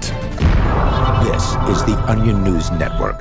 Are you tired of governments murdering people around the world? Stop using their money. There is an alternative. Bitcoin is a stateless, free market, non-political currency. Bitcoin cannot be inflated or controlled by any government. By using their money, you're helping the state. Stop doing it. You have an incredible alternative available now. Learn it, use it, spread it. Get started with Bitcoin at bitcoin.com. That's bitcoin.com. Some of you asked, and now we've delivered. LRN.FM's live Keene, New Hampshire studio shows are now streamed in HD on Twitch. Visit our channel at twitch.lrn.fm and give it a follow. If you have Amazon Prime, you get one free subscription on Twitch. If you use it on our channel, Twitch will give LRN.FM a monthly piece of your Prime subscription cost. So please watch, follow, share, and subscribe to twitch.lrn.fm. That's twitch.lrn.fm. Since time began, tyrants have taken aim at personal liberties.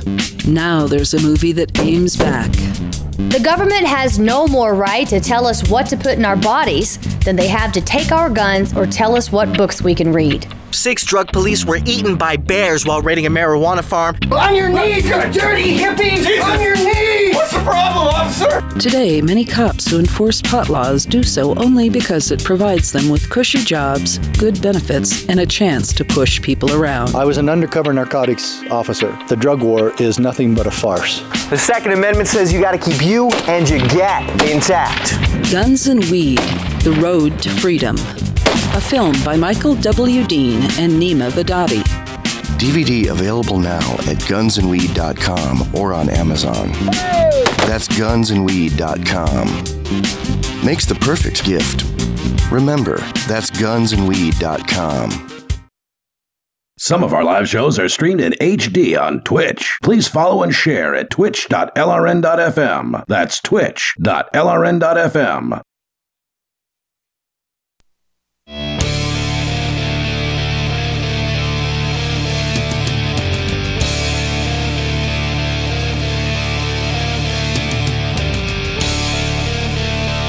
Free Talk Live. It's the live Sunday edition. You can call in, talk about whatever's on your mind. Right now, we're taking on the very important issue as to whether or not lab-grown meat is in fact meat at all. May you call. Should we be fined and imprisoned for calling lab-grown meat meat? Well, I don't think they're saying that a private individual can't do that. You have to They're sell it. saying that, correct. It is illegal now in Missouri to manufacture foods representing a product as meat if said item is not derived from harvested production livestock or poultry. And depending on how one defines the word livestock and poultry, yes, then that tuna steak that I mentioned previously, can you use the word steak? A lot of people don't use the term meat to describe fish or chicken. Au contraire, you go to the seafood section of, a grocery and get that prepackaged can of, what is it? Oh, yes, crab meat. Uh-huh. They use the word meat. Right. Is crab livestock? It sure as hell isn't poultry. Meat is this kind of word that just gets used when they feel like using it. But I don't. Right. Again, to me, meat is the flesh of an animal. They also mention the large, chunky parts of fruits and nuts. That's called meat, no doubt. The meaty portion of the tomato. Indeed. Well, let me tell you about CryptoTip.org. CryptoTip.org is, to some extent, a creation of Ian Freeman here. He took a open source website, had it redone, and made it into what I think is a great activist tool. CryptoTip.org allows you to go and print out tips that you can give away at restaurants and places that take tips. Maybe you're talking about, I don't know, taxi cab drivers or your Uber driver, whatever you want to do. Whoever you want to give tips to, you can create a paper wallet there. But this paper wallet's special. It's not like regular paper wallets because it has lots of instructions on how people can redeem their cryptocurrency. Plus, if they don't use it, this business card size printable cryptocurrency tip, if they don't use it, then it returns to you in a set period of time. And you have different choices on how long you want it to be, 30 days, 90 days. 1, 2, 3, 6, or 12 months. There you go. CryptoTip.org now with Dash and Bitcoin Cash. CryptoTip.org. So there's actually a press release that was put out by the Good Food Institute, who is one of the parties to the lawsuit against the state of Missouri over this law. And the CBS News article references part of that statement. And so instead of just reading the one paragraph that they chose to pick out, let's read the whole statement. Shall we? Sure. Skipping the first 2.5 paragraphs that basically restate everything that we said about the law going into effect and the similarities to the milk labeling things that are now being discussed at the federal level. Statement says, no one buys Tofurkey plant-based deli slices thinking they were carved from a slaughtered animal any more than people are buying almond milk thinking it was squeezed from a cow. No. Rather, the Missouri law's explicit Cows just fed almonds, exclusively almonds. That must be what almond milk is. What else could it possibly be? Well, going back to the aforementioned stupid people, did you see the study recently that, 6 or 7% of people surveyed thought that chocolate milk came from brown cows? Yeah, man. 6 or 7%. I guess that there has to, something. I don't know. Yeah. Maybe there is somebody that thinks that almond milk comes from a cow that was only fed almonds. Yeah. Maybe to some extent they're not the average person. You don't protect against stupid. That's why you wind up with 10 different warning labels on a ladder. So people get told things when they're young. And in many cases, they don't question those things as they get older because they just don't find a reason to question them. Like, you wouldn't necessarily question the color of the cow from whence chocolate milk comes if you believe that all chocolate milk comes from brown cows. In the same way that you don't question the color of the cows when you don't believe that all chocolate milk comes from brown cows. So I kind of can give a pass to people. I mean, I suppose there's an adult running around that still believes in Santa Claus, but that's kind of something that's questioned, whereas brown cows and chocolate milk isn't. But people are told that chocolate milk comes from brown cows. My son doesn't believe this because he's never tasted chocolate milk. But that's because his mother, is carefully... I didn't believe it because I knew that the chocolate syrup came out of the Hershey bottle. Right. Well, that's how we made it at my house, whatever the off-brand was, because, Hershey was too rich for us. Sure. Yeah. That's pretty much right. Do you remember, did you guys use any of the, I remember there's a strawberry one. Now I would never even consider drinking strawberry milk, but there was a time in my life this seemed like a good idea. Let's take some strawberry syrup and add it to milk. It'll be fun. But yeah. I don't generally drink cow's milk anyway. No, I meant, did you ever experience this in your home? I have experienced strawberry milk. Okay. But what I was going to say is, if I'm going to drink cow's milk, I do like to have some flavor added to it. So seriously, yes. If you drink cow's milk, you're going to want chocolate or strawberry or some other flavor. But I hardly ever drink cow's milk. Yeah. Just because, I don't know, something with it's very gooky. Flimmy. Yeah, well, that's what it is. It's mucus. It's from mucous membrane. Yeah. Yeah. So no wonder it makes a little bit of a reaction. As a matter of fact, they say if you have a cough, like one of these expectorant kind of coughs, you've got the stuff coming up. We've got a cough button for that. Yep, thanks. That was not a real cough. Yes. And if you shouldn't drink milk because it will add to the phlegm. Yes. Again, jumping back to the statement from the Good Food Institute, they say, the law's explicit aim is to protect current meat producers from competition from plant-based and clean meat companies. We're just trying to protect our product. And that's a quote that they link over to where it's a quote cited in St. Louis Today from one of these people explaining why they supported this law. Our lawsuit documents that the law infringes on the First Amendment, preventing the clear and accurate labeling of plant-based and clean meat products and denying fair and honest competition in the marketplace. Now, I personally am of the opinion that freedom of speech should be limited to the truth, but I do believe that it is true to say that lab-grown meat is meat, in the same way that I think it is true to say that almond milk is milk. Yes. Coconut milk is certainly always been called coconut milk for a very long time. Right. If I sell you the severed leg of a dog, but I say, this is a T-bone steak, yeah, I have committed fraud. I would agree. Stephen Wells, Animal But fraud, League. I'll go a step further from libertarians on this issue.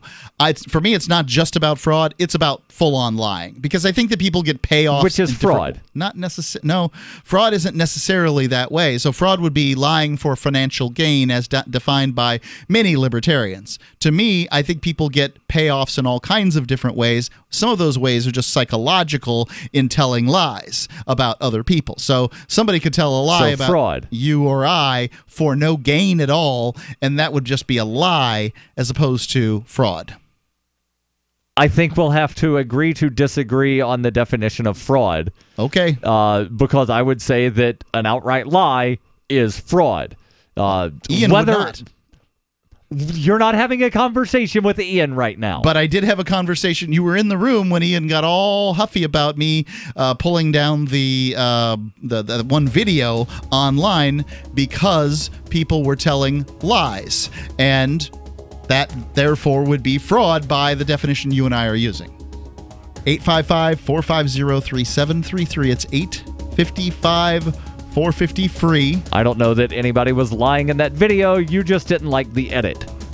Well, you can lie through editing. Free Talk Live.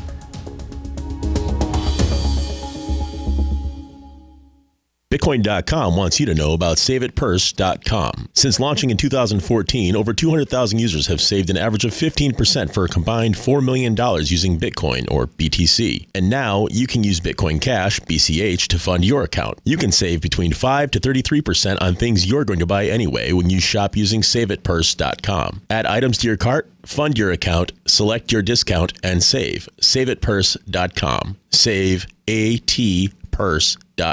What's more profitable, running your business or doing bookkeeping? Doing your business, of course, but you want to keep your books so that you can maximize your tax savings, right? What if I told you that there's a person that's a bookkeeper, accountant, and law school graduate that's also a hardcore libertarian? My name is Melanie Johnson, and I hate the state. I will aggressively help you to minimize your tax exposure and maximize profits, all while staying within the law. Melanie's your best choice for your taxes and bookkeeping needs. Go to tax.freetalklive.com and check out our website, tax.freetalklive.com. If you like alkaline water or know someone that does, you're going to love the Dylan Living Water Bottle. It creates alkaline water on the go while reducing plastic waste and saving you money. Made with surgical grade stainless steel, the Dylan bottle increases the pH up to 9 to deliver both alkaline and antioxidant water anywhere you want it. Alkaline water is healthier, tastes better, and can even boost energy. The Dylan bottle makes it easy and affordable to be healthy and achieve optimal hydration. Get your Dylan bottle today at dyln.co. That's dyln.co.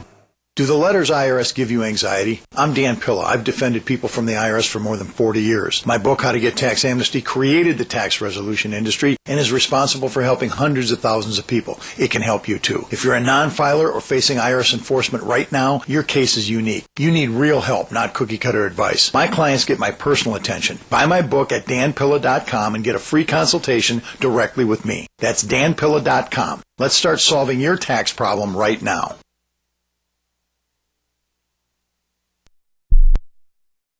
The warning signs. First, he made me feel special. He promised he'd look after me, provide for my future. He broke every promise he made. Millions of Americans afflicted. I was ready to leave, but he told me he'd change. So I gave him another chance. I was such a fool. The consequences. Things only got worse. He started making my decisions for me. About my job, my kids' education, my money, my safety, my future. He took away my choices. But I kept going back to the same politicians. The diagnosis? Battered voter syndrome. I fell for the same old lies. They were just playing with my emotions, telling me what I wanted to hear. That's not right. If you're tired of the two-party system but want to support a principled Libertarian Party, check out the Libertarian Party of New Hampshire at lpnh.org. That's lpnh.org. Here's a chance to do a little activism while you're cruising Facebook, Twitter, or Google+. Between the LOL cats, the recipes, the hot girls, and the inspirational sunrise memes, Free Talk Live's posts pass by your newsfeed. Like them, comment. It gives us more exposure. If you don't see our posts, click like at facebook.freetalklive.com and then hover over it to click Get Notifications. It's an easy way to spread the ideas of liberty a bit further. I know you're busy, but you can spare that tenth of a calorie it takes to click on something. facebook.freetalklive.com.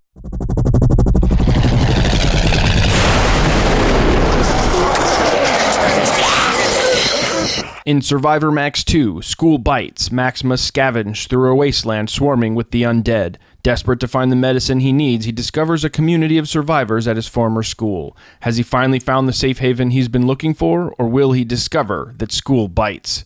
Look for Survivor Max on Facebook, read reviews on Amazon, and read Chapter 1 at survivormax.com. Love what we do? Please help support our international satellite channels at patreon.lrn.fm. That's patreon.lrn.fm.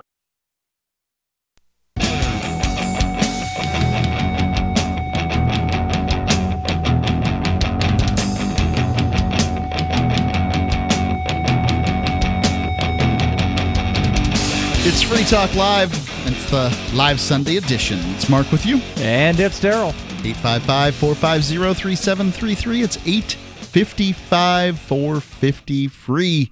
You have an opinion on what meat is? They do in the Missouri legislature, where they just passed a law that said that meat has to be the flesh of an animal, which sounds on its face to be a very true statement. But now that we've read it, not so sure. Let's go to Matthew calling in from Louisiana.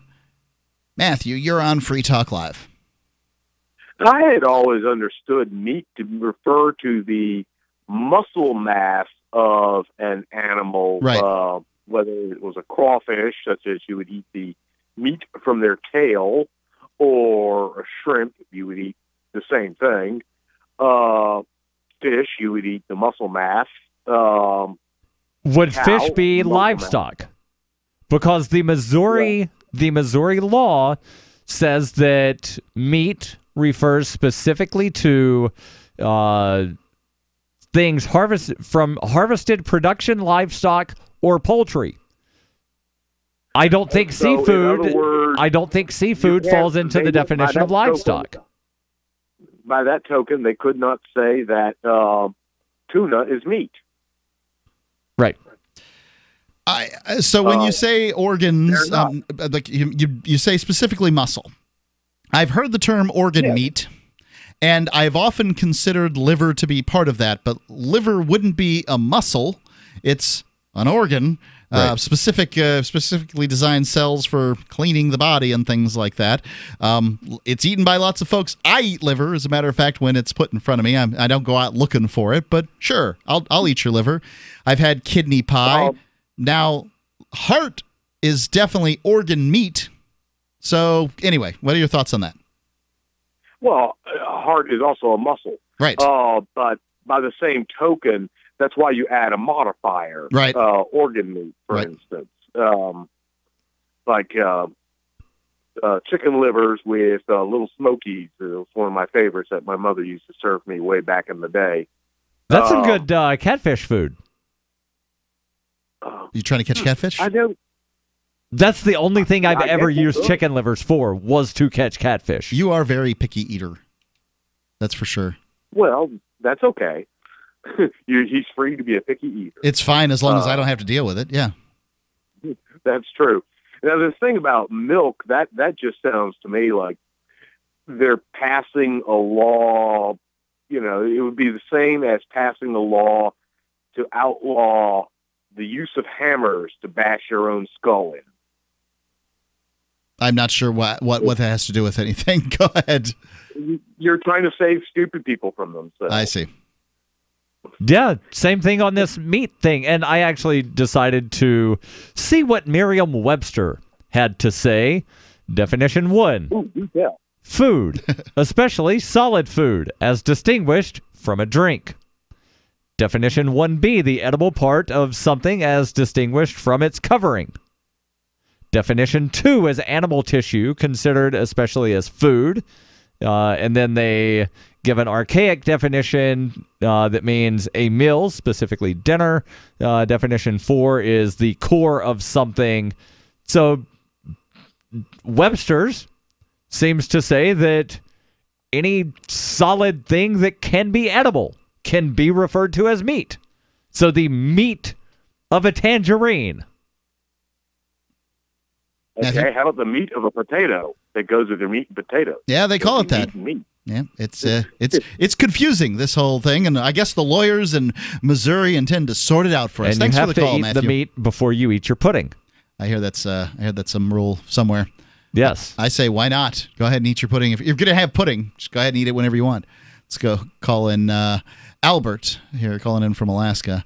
Albert, you're on Free Talk Live. Hello? Hello, what's on your mind?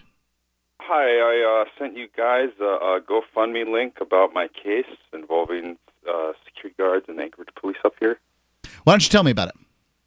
Okay, all right. So 2016, in February 9th, I was at the transit center downtown here in Anchorage. And what's a transit center? It's a bus station. Okay. Where buses come and go to transfer people on their routes. Gotcha.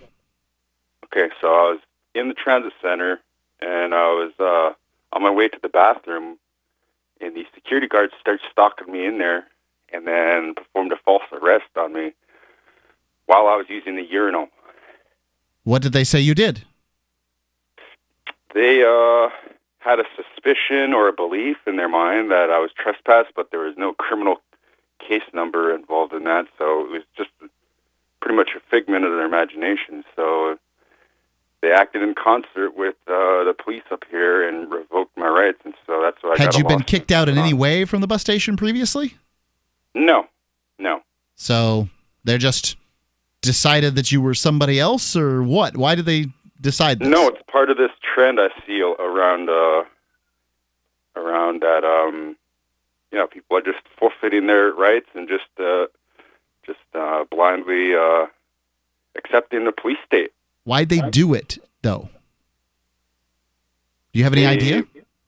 Yeah, I know. I got the police report. They okay. Made a false allegation. So what did they allege? They alleged I was trespassed, but there was no criminal case involved in that. So how were they alleging that you were trespassing? Excuse me? How did they allege that you were trespassing if you had never been told that you cannot be at that location? That's what they told the police when they falsely arrested me. So they pretty much... So did they ask you to leave several times, and then you didn't leave, and then they gave you the trespassing charge, or... No. Actually, there's an issue about them manhandling drunk Alaska Natives downtown at the transit center. So a few months before that, I raised an issue about that, and apparently they took a grudge against me for that, so they manufactured a story. I see. And then stripped me of my rights while I was using the urinal because of that. So did you have to do any time, or what exactly were the results of this? Yeah, I had to do a few months on a bunch of trumped-up felony assault charges, but ultimately, because the case is so weak, it was dismissed. So that's why I'm filing a lawsuit on it right now. Hold on. So how do we go from trespassing to felony assault? Exactly. That's what happened. So no, I'm not. It wasn't even a trespass. I'm not the one alleging that it happened. You're saying that it happened. I'm asking, how did they get there? They performed a false arrest on me while I was using the urinal. Did you try to fight them off when they did that? No. Okay. No. It's 3-on-1. Me against 3 police officers or security guards. Who are they saying that you assaulted? Excuse me? Who are they alleging that you assaulted? They're alleging that I assaulted them, the guys that performed a false arrest on me, the security guards. So you've already done the time on that, and that's well, done? The case is dismissed. I was held on it I see. for a few months, but ultimately I never got charged. Did they give you any kind of bond? Yeah, I bailed myself out after a while. But, After a while, you managed to drum up the money. Well, good luck with it, Albert. I hope that it works out, and if you have any forward motion on it, I'd like to hear back about it. Thanks for the call. 855-450-3733. That's 855-450-FREE. Let's go to Pat, calling in from Michigan. Pat, you're on Free Talk Live. What's on your mind? Hello. Well, I was thinking that this Missouri statutes that they're trying to push through. Yep. They pretty much cut their own throat right off the get because they're talking about any stock that was agriculturally raised or whatever on a farm. Well, they've got catfish farms, they've got crawdad farms, and they certainly aren't eating grass or grain or whatever. Yet, do catfish and other things that live in water, do they fit the definition of livestock? Because they're sure as hell not poultry. Right. I mean, are they going to try to redefine the word stock? I mean, what's on the end of a gun? What do you order when you need more pipe? You order stock. Well, they're specifically using the word livestock, which is a right. whole word. Right. I understand. I understand, but if how lawyers like to nitpick and break things down. I mean, this could get absolutely ridiculous. Yeah. If the lawyer's involved, there'd be some lying going on. There's no doubt about it. Thanks for the call, Pat. Appreciate it. Yep. The number is 855-450-3733. It's 855-450-FREE. Let's go to Barry, calling in from South Carolina. Barry, you got a quick meaning for the word meat? Gentlemen. Hey, what's up? Meat. Yeah? Come sit down and meet with me. That's good one. That's a different spelling. Thanks for the call, Barry. It's a dad joke. Free Talk Live, 855-450-3733.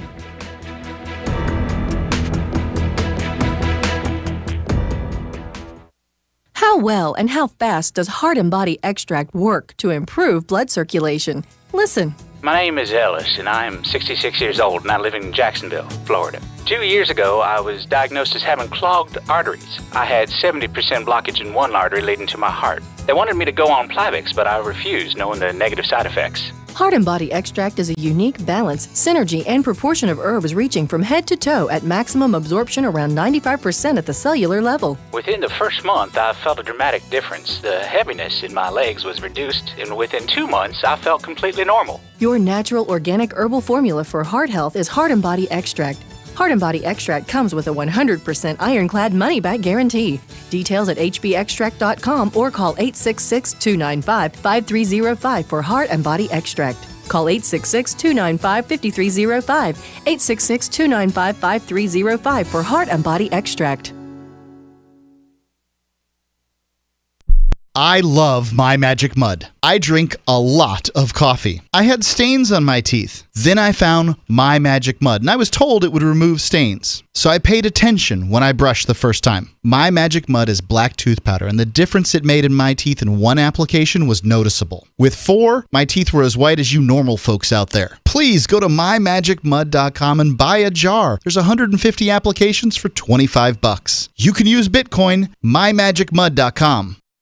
So you've heard all 3 hours of the latest episode of Free Talk Live, and you're still hungry for liberty-oriented audio content? Did you know that we have another 24/7 audio stream at LRN.FM? The Liberty Radio Network airs the latest episodes of some of the best liberty-oriented podcasts on the internet around the clock. In addition to recorded content, you'll also hear live shows like Free Talk Live, originating from our Keene, New Hampshire studio. So listen anytime at LRN.FM. That's LRN.FM. You're listening to the live edition of Free Talk Live. Hour number 3 is next after the news here on the Liberty Radio Network at LRN.FM. From Keene in the Shire, the Liberty Media capital of the world, this is Darryl W. Perry, host of FPP Radio News for Sunday, September 2nd, 2018. Silver is trading at $14.53 per ounce. Gold is valued at $1,201 per ounce. Zen is trading at $19, and the average price of Bitcoin is $7,281. Antiwar.com reports in a statement issued on Friday, the U.S. State Department has announced that the Trump administration is fully defunding the UN Relief and Works Agency, UNRWA, the body providing aid to Palestinian refugees. The administration is citing the UNRWA's recognition of in excess of 5 million Palestinian refugees and the belief that this number will continue to rise. It comes amid recent U.S. efforts to strip most Palestinians of refugee status and a demand that the UNRWA cap the number of allowed Palestinian refugees in the world to 500,000. U.S. officials say they believe this is unsustainable and that the funds provided in January will be the last funding the U.S. provides to the UNRWA. This was cheered by Israeli Prime Minister Benjamin Netanyahu, who has long demanded that the UNRWA shut down outright. This is just the latest in a series of Trump administration moves to cut aid to the Palestinians. The rest of the international community does not appear to share the U.S. position, and Germany has already announced it intends to boost funding to the UNRWA to sustain aid efforts. The U.S. is withdrawing $290 million, which will be spent elsewhere by the State Department. Zencash has changed their name to Horizon to better represent their transition from a cryptocurrency to a pioneering platform that protects consumer data. They're working towards the day when anyone will be able to build privacy-based applications on the Horizon platform. The unique spelling of Horizon is a nod to their heritage and recognizes that they remain committed to the vision that their project was built upon. Their coin and ticker symbol remain ZEN. Learn more at horizon.global and join the Horizon community. HORIZEN.global. Reuters reports California's legislature passed a bill late on Friday that could help the utility Pacific Gas and Electric Company, PG&E, avoid potential crippling liabilities for wildfires that ravaged northern parts of the San Francisco Bay Area last year. The bill, passed 29-4 in the Senate and 45-10 in the state assembly, requires approval by Democratic Governor Jerry Brown. Some fires in the north of the Bay Area were caused by trees toppling into or making contact with PG&E power lines, according to a report released by state officials in June. Analysts estimate PG&E, the state's biggest utility, could face several billions of dollars in liability as a result. Democrat State Senator Bill Dodd said the bill was needed to spare customers from big increases in energy costs. He added, without it, ratepayers will be left holding the bag and communities will needlessly suffer. The fires killed 46 people in blazes across at least 245,000 acres, including subdivisions in the city of Santa Rosa. In California, utilities are responsible for fires traced to their equipment, whether or not they are complying with regulations. PG&E faces about 200 lawsuits on behalf of 2,700 plaintiffs stemming from last year's fires. If signed by the governor, this would soften that standard by having regulators determine liability based on whether equipment was reasonably maintained and operated. It would also let utilities issue bonds to help pay damages, with a surcharge on ratepayers' bills helping to cover interest payments. Critics say the legislation is a bailout, but Dodd has said another bankruptcy by PG&E could be worse for ratepayers than a surcharge on their bills. PG&E faced bankruptcy during California's energy crisis in 2001, emerging 3 years later with customers left to pay higher rates to help repay $13 billion owed to creditors. A second bankruptcy could potentially lump victims of last year's fires in with PG&E's creditors, casting uncertainty over the timing and size of recoveries. Dodd, who represents parts of Northern California hit by last year's wildfires, told Reuters, "You've got a lot of investors like hedge funds circling like vultures. What would happen to the North Bay fire victims? Consumer advocates have strongly lobbied against the bill." Reuters reported in August that PG&E hired law firm Will, Gutzel & Manges LLP to explore debt restructuring options, including breaking the firm up to let one division file for bankruptcy. PG&E said it will not be financially sustainable without changes to state policy. PG&E reported second quarter net losses of $984 million compared with net income of $406 million a year earlier.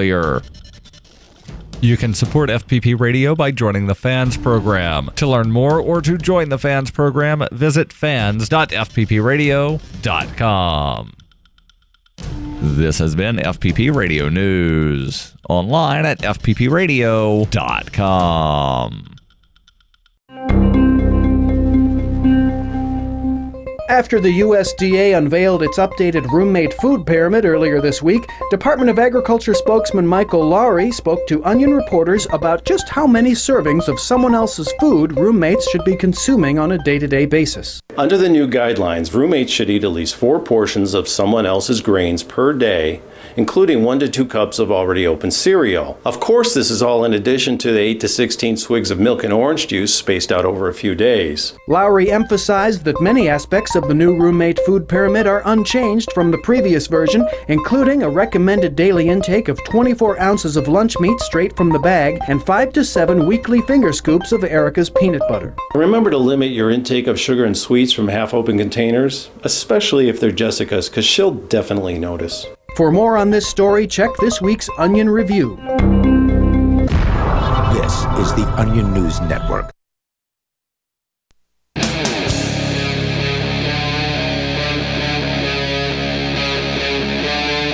Free Talk Live.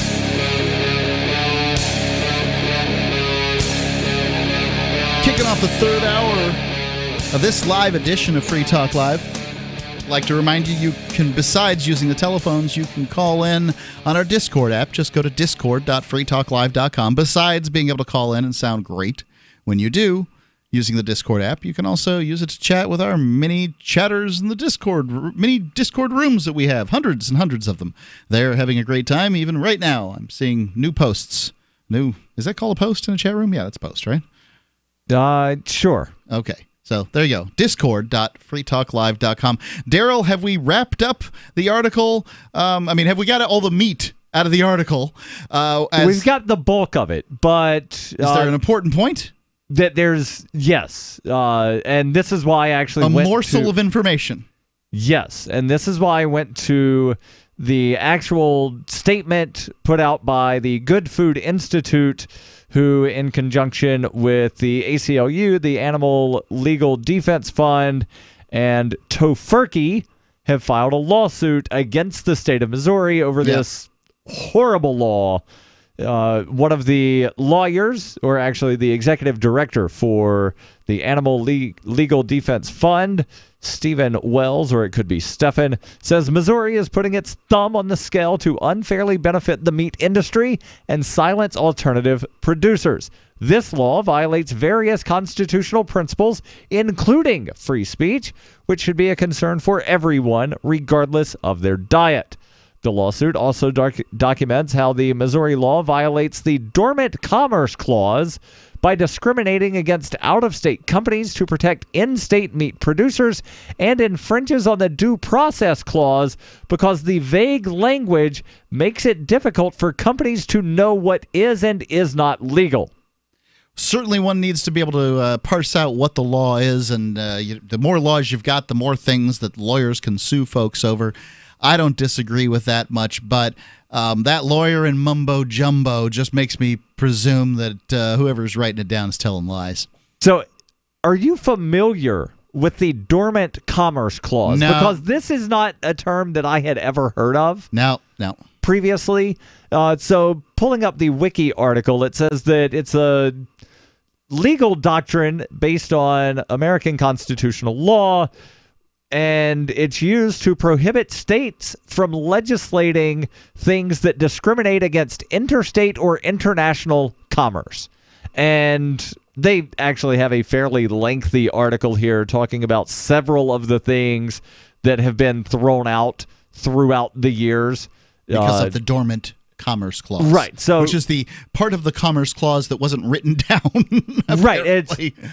It's also sometimes referred to as the negative Commerce Clause, where the Commerce Clause says that, such and such is to happen, which then implies that you can't do other things. Right. One of the cases, Wilson v. Blackbird Creek Marsh Company from 1829, when Justice Marshall wrote, "We do not think that the state act empowering the Blackbird Creek Marsh Company to place a dam across the creek can under all circumstances of the case be considered as repugnant to the power to regulate commerce in its dormant state or as being in conflict with any law passed on the subject." So that's one of the origins of this doctrine, to where Justice Marshall mentioned some dormant something another. There's a huge list various things, some of them talking about taxation. One thing that I'm surprised has never been challenged because of this Dormant Commerce Clause, and only people that watch daytime television with giveaways or people that live in California are probably familiar with this. The California emissions something for cars. Well, I think that look, I don't know, but I believe catalytic converters are required in California. Most cars have, all cars have catalytic converters, basically. Any new production cars since, I don't know, probably some point in the 80s. But do you remember having watched, at some point in your life, having watched The Price is Right?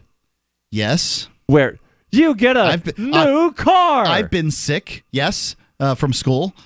And the new car fits the California emissions something. So there are sets of requirements for any vehicle being sold in California. They have to meet these certain requirements that exist only in California. Darryl, you were the only one watching Price is Right and worried about California emission standards. Now, there are other things, and I forget exactly. I was just trying to guess the price without going over. Right. I forget exactly which thing it is on coupons, but that's placed on every coupon to comply with, I believe it's an obscure Kansas law. Yeah. That coupons have to have a redeemable value. So it'll always say, like 50% or 50 cents off, redeemable for 1/5000th of a cent. Right.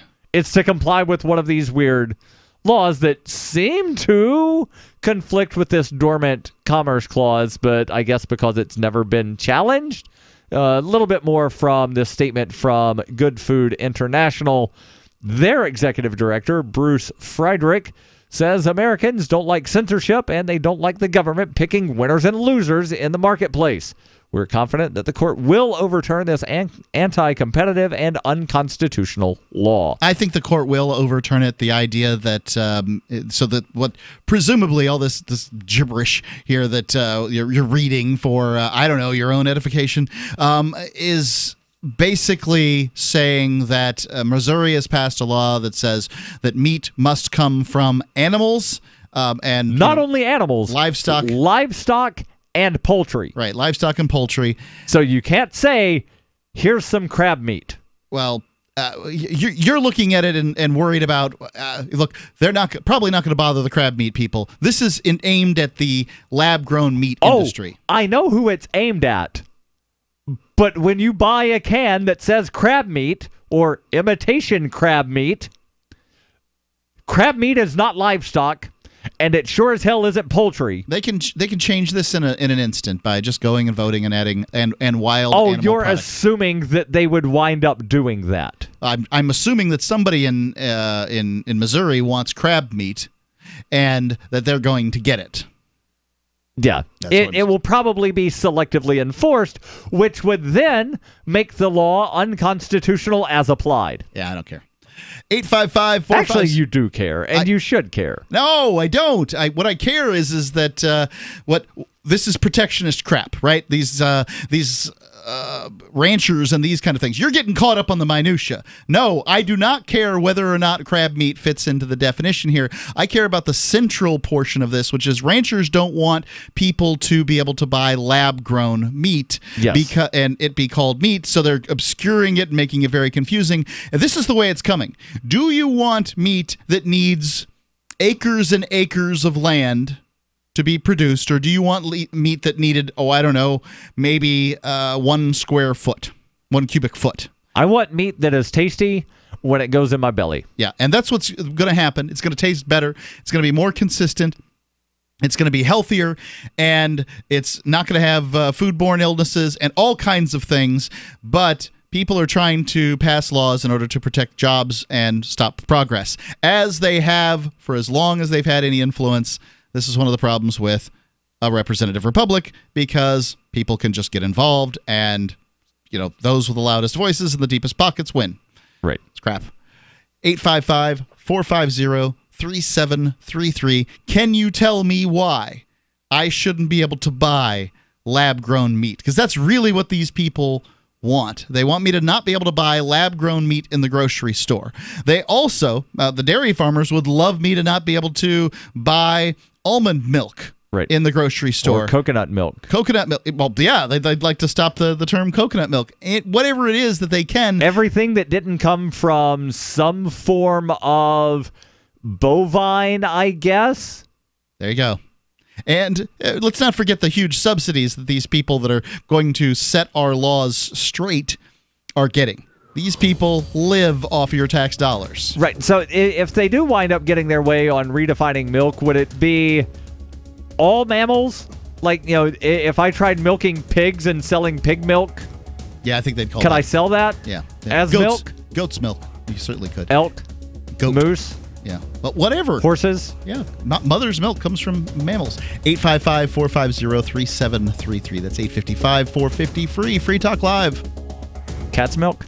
And not to mention the shedding, I would vacuum the carpet 3 times a week. Frodo was scratching all night long, bouncing on the side of the bed, keeping me awake the whole entire night from all the scratching and chewing. It kind of makes you neurotic. Does your dog itch, scratch, stink, or shed like crazy? Mounds and mounds of fur all over the place. Come to Dinovite for help. DINOVITE.com.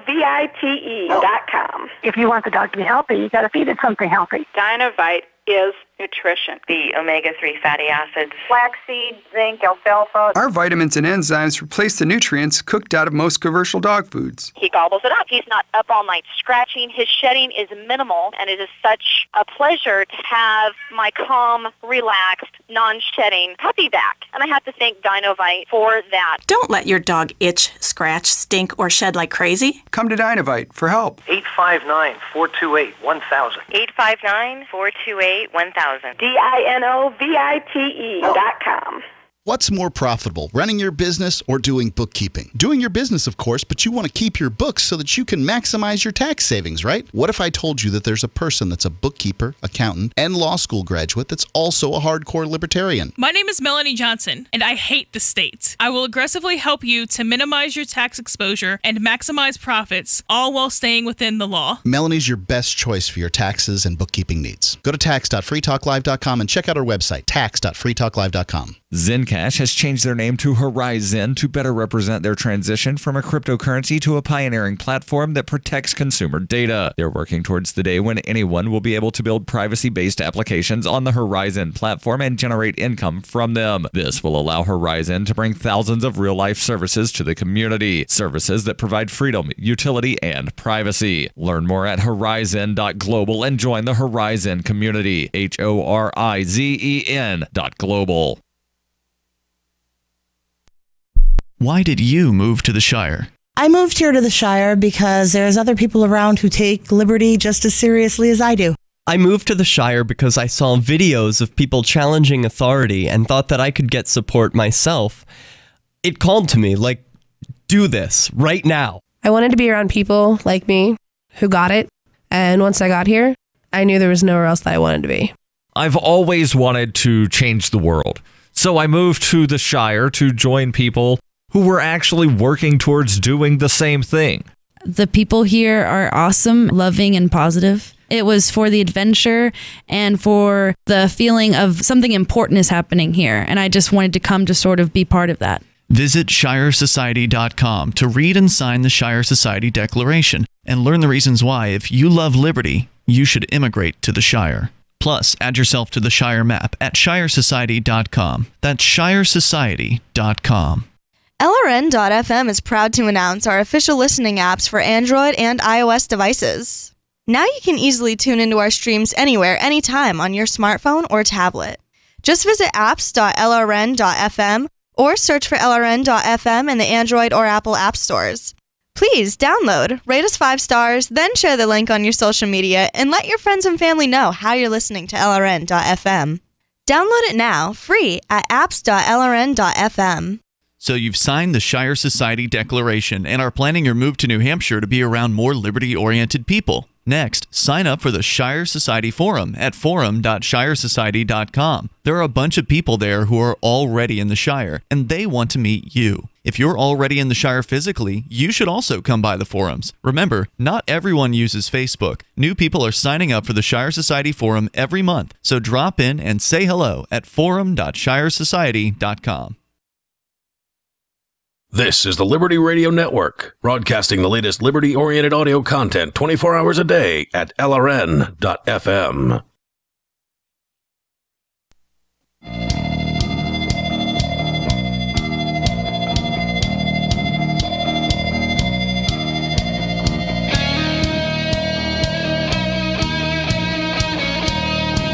It's Free Talk Live.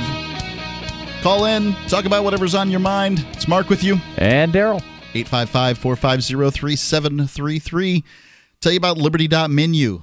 Liberty.menu is a site where, and it's made exclusively for people who are posting on there who are libertarians. So at Liberty.menu, you can find libertarian businesses, digital content, directory for events, all kinds of things at Liberty.menu, and you can rate these places and review them, and there's a bit of a social network aspect. I think you'll really like it. We've been asked for a very long time about, well, how can I do business with libertarians? Well, here you go. Liberty.menu.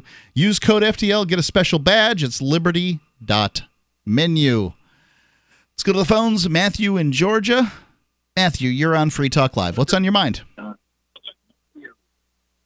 Matthew. You're going to need to turn down the radio and listen actually through the phone. Yep. Yes, sir. You're on the radio. Go ahead with your thoughts. Yes, sir. Hi, I just had one question for y'all as far as the lab-grown meat. Sure. I just had the question, what's the problem with not having more jobs with that? Because I know there's a lot of farmers and stuff like that that get eliminated with the lab-grown meat. And so with not having this law, I know that they would lose those jobs that we desperately need. Oh, I see. So the jobs. So you're asking what is my argument against that part as far as these laws creating jobs? Yeah. Okay. Why don't we make laws that say no Caterpillar can no longer make excavators? Everybody should use shovels. Then we'll create lots of jobs, and people will be able to dig holes, right? Oh yes, that would make sense. But if you have the big piece of machinery that's more effective, and you can also get more done, and it'd be better for other people. That's what my claim is as far as the lab-grown meat goes. If your only argument is that raising cows in an inefficient fashion as compared to lab-grown meat, then, well, yeah, same argument. Lab-grown meat is more effective. Now, I would like to see some health studies and these kinds of things, but all in all, it sounds like at some point in the relatively near future, it's going to be more efficient to make lab-grown meat as opposed to... If people don't like the lab-grown meat, people aren't going to buy the lab-grown meat. Yeah. And so then that industry won't wind up taking off. Right. Right now, you can more efficiently create turkey if you are willing to eat tofu turkey, because plants don't run around, don't need the space, but people won't eat the stuff.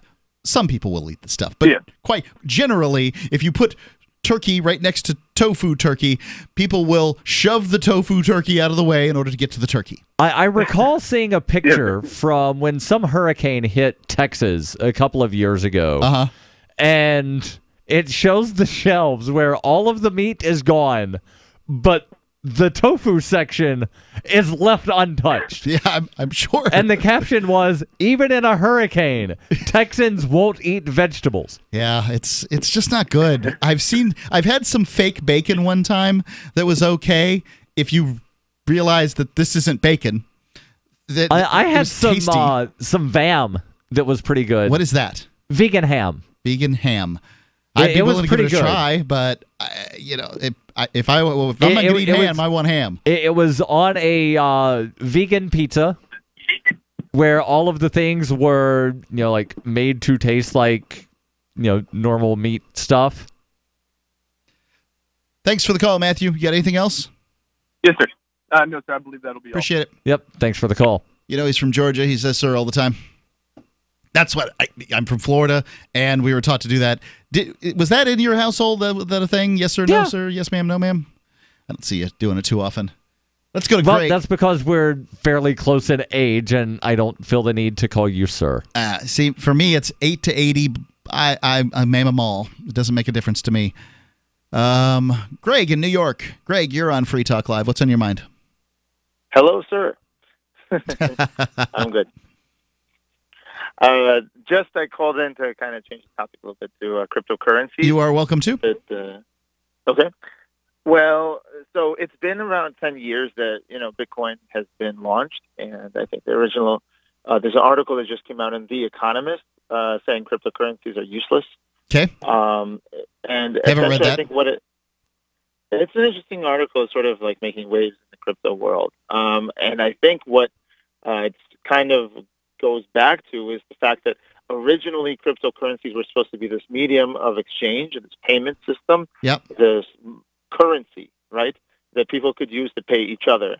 And like earlier this year, Stripe ended support for accepting Bitcoin and like a couple other ones. BTC it became a store of value. Right. BTC, I think specifically. Did they end service for other cryptocurrencies?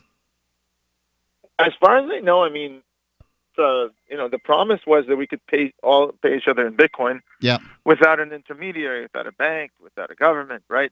But I think what kind of happened was that Bitcoin isn't used for paying people, it's used for storing value. Huh. Well, it is now. Strange, because I used crypto to buy supper tonight. But you didn't use BTC. I still use cryptocurrency. He's saying cryptocurrency isn't used for paying people. I understand that, but I used crypto to wind up getting some automotive repairs done. Yeah, so you can certainly use crypto, and I do it all the time. A lot of crypto. I believe that there's a possibility that crypto has lost its window, and I further believe that if somebody were to have mounted an attack against Bitcoin, BTC, the most effective attack they could have possibly taken was to infiltrate and take over the development of Bitcoin, and to make a firm stand that we will not raise the block size. And these are what the small blockers did. That they, to my mind, they killed cryptocurrency and turned it into this, this speculation device on the internet.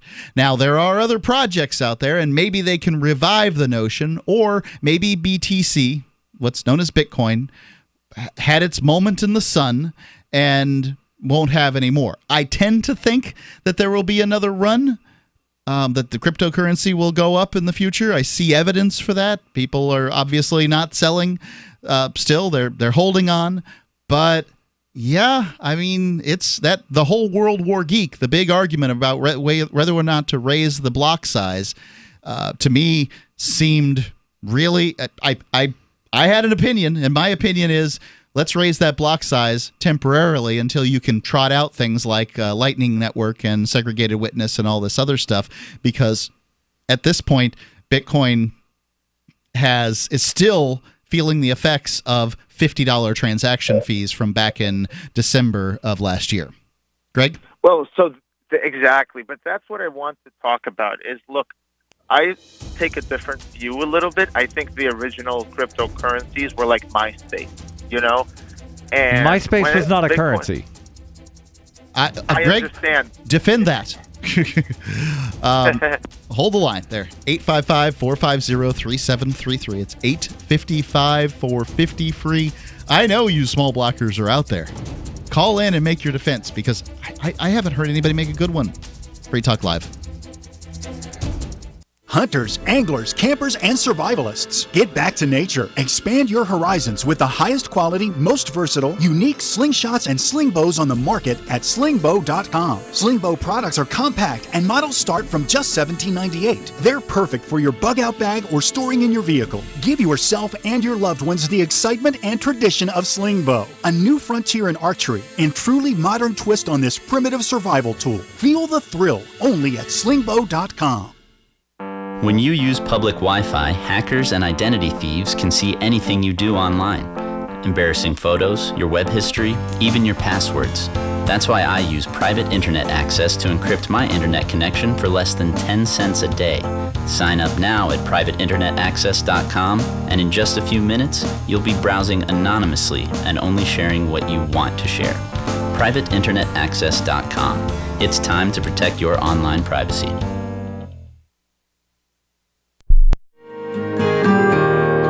So the protection of life, liberty, and property is what the Free State Project is all about. But it's an effort to move 20,000 people who understand. It's about demonstrating to the entire country that, yeah, we can have a free market, a truly free market. Making it just a freer, great place to live. It's the world's largest voluntarist libertarian community, and it's only getting bigger. That's amazing. To be able to move to a place where other people passionately believe in being free and independent. What the Free State Project is managing to do, though, is to put their money where their mouth is. Physically getting up across the country and saying, let's go someplace and let's demonstrate the power of these ideas. There's a lot of kind of philosophy that surrounds liberty. There's a lot of thinking about it and talking about it. But here in New Hampshire, people are doing it. 101 Reasons Liberty Lives in New Hampshire, a documentary by Free State Project Early Movers. Watch it free at 101reasonsfilm.com. 101reasonsfilm.com. The new 4th edition of Healing Our World, The Compassion of Libertarianism, will take your understanding of liberty to a deeper level and has over 1,300 updated references, new cartoons, and a foreword by Dr. Ron Paul. With discounts for multiple book purchases, the 4th edition of Healing Our World is a great gift for the liberals, pragmatists, environmentalists, and Christians in your life who think libertarianism is cold-hearted. Get yours today at healing.freetalklive.com and use promo code FTL for a $5 discount. There are lots of ways to listen to Free Talk Live. Our podcast has been around since podcasts began, and now the FTL feed is loaded with content besides our full show archives. Did you know that we make it easy for you to customize your podcast subscriptions? We have different feeds, one that includes only our full shows, one with just the Daily Digest, and one with just the Edgington Post. You decide what you listen to. It's quick and easy to customize your feeds at feeds.freetalklive.com. That's feeds.freetalklive.com. Do you ever say, I could care less, when you really mean the opposite? You mean to say, I couldn't care less. It's a common mistake. You are judged by how you speak, especially if you're looking for work, with so many more applicants than openings now. But even if you're not, avoiding common misstatements will help you make the most of the dozens of conversations and transactions that crowd your daily routine. So whatever you say, don't say whatever as a single word sentence. It's the most annoying expression in the American English language, according to a recent poll. And avoid cliches like the plague. Just kidding. But seriously, at the end of the day, you'll want to avoid this scenario, sounding like everyone else. For more tips, hit survivalspeech.com. I'm Holland Cook. You can sign up to receive the latest about the Liberty Radio Network via our email updates at updates.lrn.fm. That's updates.lrn.fm.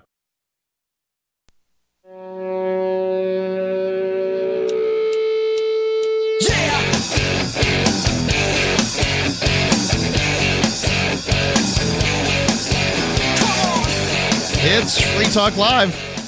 Call in, talk about whatever you want here. This live edition. It's Mark with you. And it's Darryl. 855-450-3733. Been all across the board tonight here on Free Talk Live, from the United States not leading the world in mass shootings, gun ownership, school boards, lab-grown meat, whatever it is you want to talk about. Now Greg has called in to talk about cryptocurrency, and he's stumbled along into Darryl's pedantic bear trap. Greg, you're back on Free Talk Live. Yeah. So I am going to say that I think it's a problem of the old technology. In the social networking space, MySpace was king. I think there was Friendster. And then, if people acted the same way they act now, they would have been like, oh, MySpace is going down. Why would I, invest in Facebook? Or how can anything else? I guess social networking is dying. But I think the problem is that Bitcoin was designed incorrectly to support payments. It was just too slow. It could only do 7 transactions for the whole world per second. And so they could have they could have made it go faster. They could have redesigned if they wanted to, but they couldn't. But there were enough people involved that they just couldn't agree on making that happen.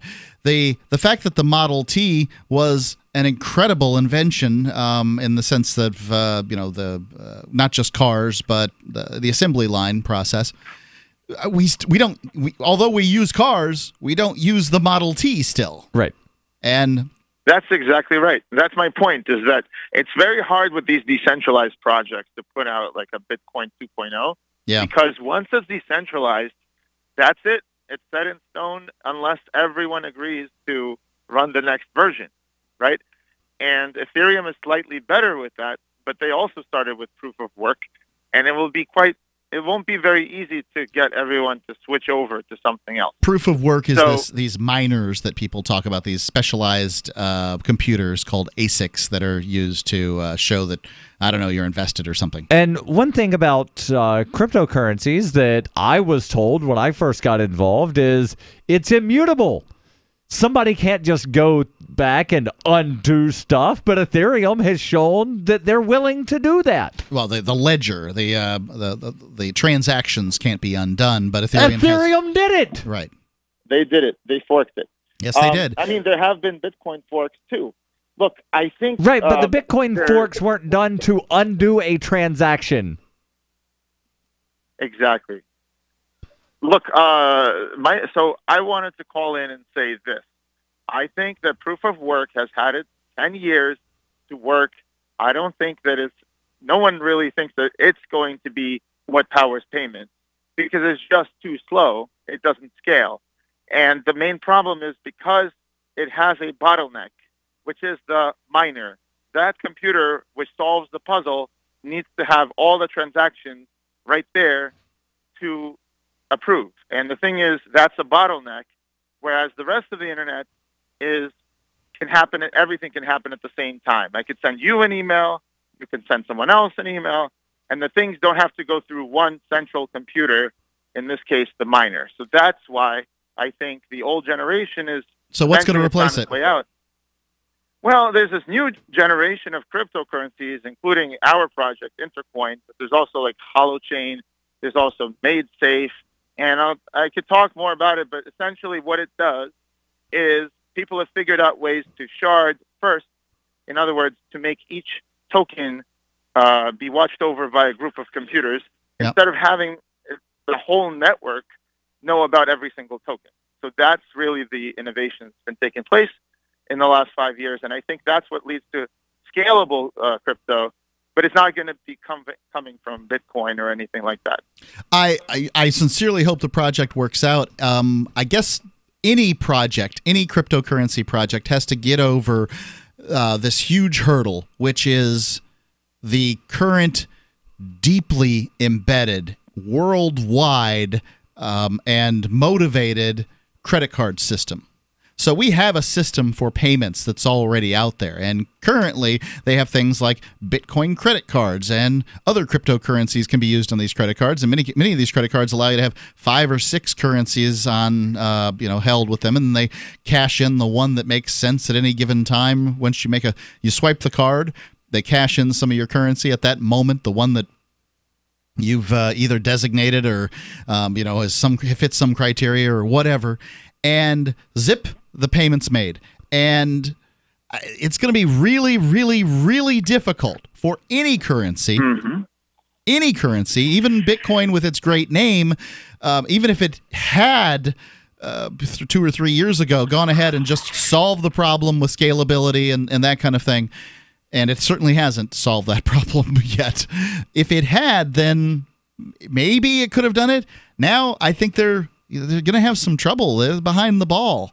At this point, for whatever reason, and I'm sorry it's true, cryptocurrencies are basically an investment, an investment on the internet an unhackable investment on the internet. I think a sizable percentage of crypto people, and I don't necessarily want to say users, they do view it as some kind of investment. Yeah.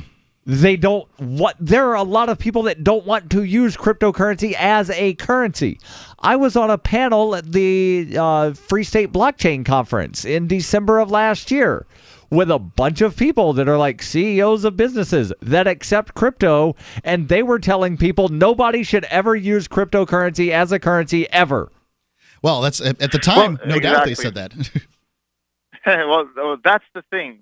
I think that there's a new set of technologies that come out. And, I can only talk about our project because I know exactly how it works. But, I could probably talk another day about how technically why that works. But the point is that there are several applications people need. One is, let's say, banks lending money. Another is people investing money in a store of value. And those things, I think, have been pretty adequately addressed with crypto. But payments was the original thing, the original vision that I would pay for my bottle of water, with Bitcoin. And that is simply never going to happen. No, with the way Bitcoin is Bitcoin's right. But there are other cryptocurrencies that you can use, and people in Keene and other parts of New Hampshire do use cryptocurrencies. One of the things, so more or less, they use it because of AnyPay.global. AnyPay.global has a system currently where if you use this is in beta. It doesn't always work perfectly every time, but they've got a system where if you pay in Dash, you get, and the business owner gets, some kind of Dash back. There's a little spiff that comes back, and that's the kind of thing that a cryptocurrency can do in order to get to speed adoption. And if cryptocurrencies implement something like that for now, hey, big discount, or retailers, right. Maybe they want to do it. Those kind of things will work. But Bitcoin, BTC, thanks for the call, Greg, appreciate it, has a real problem. And that problem is if people use it less and the transaction fees go down, then adoption is going down. Bad. If people use it more, then transaction fees go up, and they've got scaling problems. They are stuck in a position right now that I would hate to be in if I was a project, unless I was trying to destroy the project, in which case, yes, that's exactly what I'd want. But BTC itself, although it is the gatekeeper for currencies still, I believe has real problems when it comes to cryptocurrencies into the future. Well, it's a good thing that we've got AnyPay at a bunch of locations here where we live that accepts currencies that aren't just Bitcoin BTC. Yep. So I have gotten out of Bitcoin BTC and gone into other currencies. I'm not completely out. I'm not going to say that because I don't know. I can't predict the future.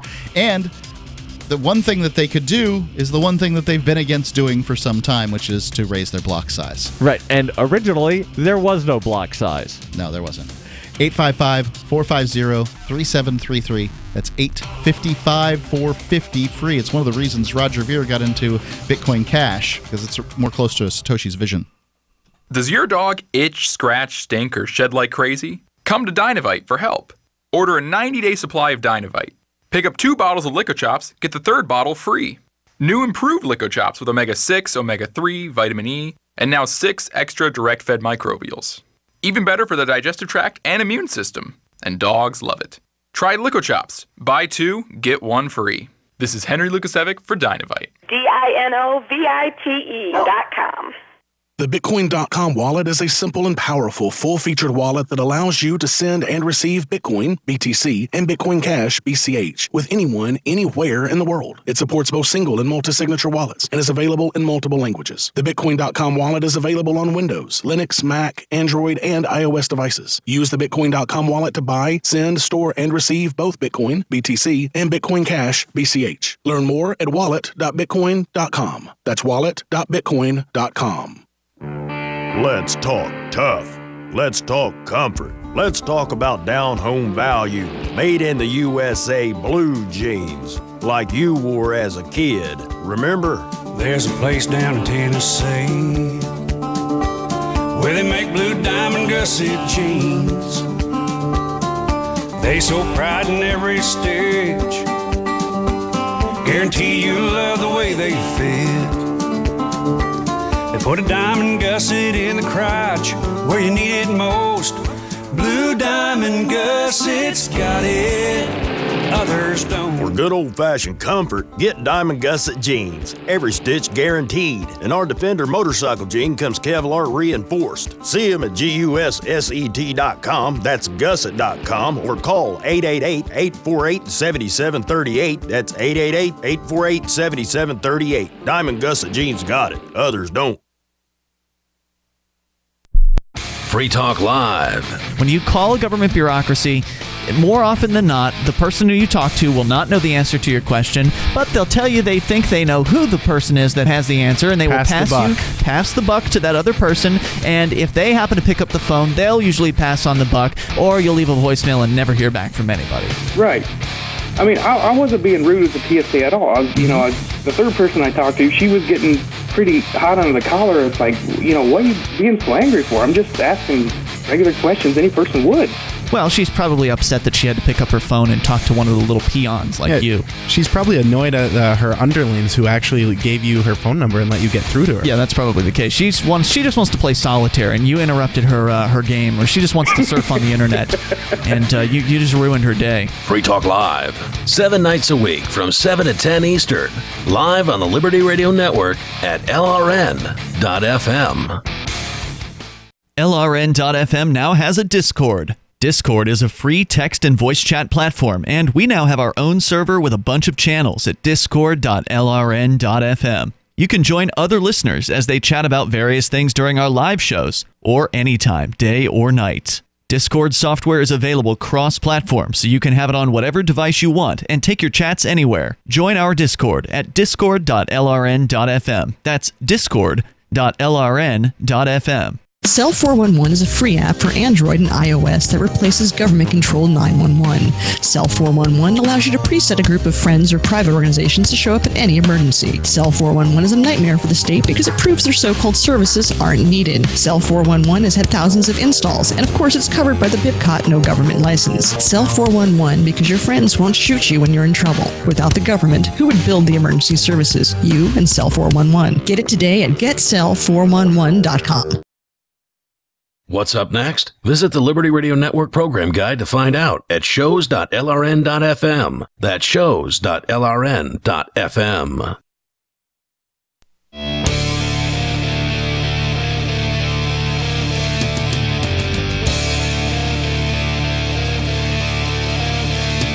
It's Free Talk Live. Final segment of the Sunday show. It's Mark with you. And Darryl. 855-450-3733.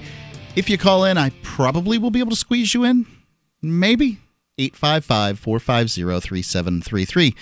Been across the board tonight, just talking about cryptocurrency with Greg. Let's go to the phones. Oh, real quick, tell you about the AMP program at amp.freetalklive.com. The AMP program is the way that we know how much we should allocate towards marketing, because we use the funds from the AMP program to advertise, market, and promote Free Talk Live. None of it goes to paychecks. You're not rewarding us. You're just helping us spread the ideas of liberty far and wide. amp.freetalklive.com. Go to Sarah calling in from New Mexico. Sarah, you're on Free Talk Live. Yeah, so along the Central Boulevard, the new rapid transit. Hold on, Sarah. This is a nationally syndicated radio program on 190 radio stations across the United States. No one has any idea what Central Boulevard is. I do, because I've talked to you many times. Well, we're gonna have the rapid transit along the Route 66. Yep, in Albuquerque, New Mexico. Right. The deal is that we're going to have 88 new surveillance cameras. They're new and it's real time, and it's going to be in our police station. That's what I'm bringing up. That I want all the tourists and people that are listening to come and do conventions here. Why don't you do a Bitcoin convention here in Albuquerque? I don't want to be observed by your police state. Participate. Well, I mean, you could stay safe. We're going to run out all the smokers at the bus stop. How about it? Wait, what? Sarah, there's a million. Sarah, you have broken Darryl. Yeah. My brain temporarily stopped functioning to be able to create human English words. How will all of these surveillance cameras, one, keep anyone safe? How will they, two, drive out all the smokers? And You know how she's going to say this, is that the people will be looking at them through the cameras. There's 1 million closed-circuit cameras in London, and it is a more violent place than New York City. Right, they've not kept anybody safe. So I want Sarah to explain this. No, I don't want to hear a bunch of rambling. I can rebut it without having to hear it, Darryl. London is a very dangerous place, and it has 1 million closed-circuit cameras. But those aren't going to be the words that come out of Sarah's mouth. I know. Sarah, rebut that, please. Okay, there was no cameras, hardly, but now that we got 88 cameras. So that wasn't the question. My question wasn't how many cameras did you used to have and how many do you now have. My question is, how is the presence of a camera going to do any of the things that you said that the presence of the camera is going to do? Well, a lot of the college students gotten robbed of their smartphones and laptops and again, not an answer to the question. The police aren't going to take the time to look and see whether somebody who got robbed, who had their cell phone taken or whatever, they're probably not even going to look at these cameras. But the thing about it is they're being watched and they are recorded. So so if they have to come and go back and see who did it, rob the student. Have you ever tried? That will make the smokers go away? Have you ever tried to get a police officer to do police work? Oh, well, I mean, they show up, but the whole idea is that they'll show up. A really severe. They give you a piece of paper that says... Sometimes a lot later than you want them to show up. You've been burglarized. Here's your piece of paper. And look, I have seen police do police work, but you can't count on it. They're pulled in a whole bunch of different directions. And they're going to create priorities where they consider the priorities to be. And I tend to think that these cameras are mostly to make people feel safe. Yes. It's like those, how you put at the top of a sailboat, they put a styrofoam owl to scare away the seagulls so they don't live on the boat? Yeah. Well, yeah, I mean, that's what it's like. A dummy police and dummy police cars with the dummies and the thing that to make you think that there is a police, but still, that is better than nothing. Some of them are stupid enough. If somebody gets murdered on Central, because they will look it up and figure out who did it. Yeah, I'm sure they will. I'm sure they will for a murder, absolutely. But but you allege that the presence of these cameras will make the smokers go away. Don't you? That's correct. It's illegal. The new law is that the bus stops are prohibiting smokers. Do you want a world where cameras are everywhere? Is that what you want? I mean, do you think that that'll be a better world? Well, I mean, along Central, when we have so much... Do you like Donald Trump?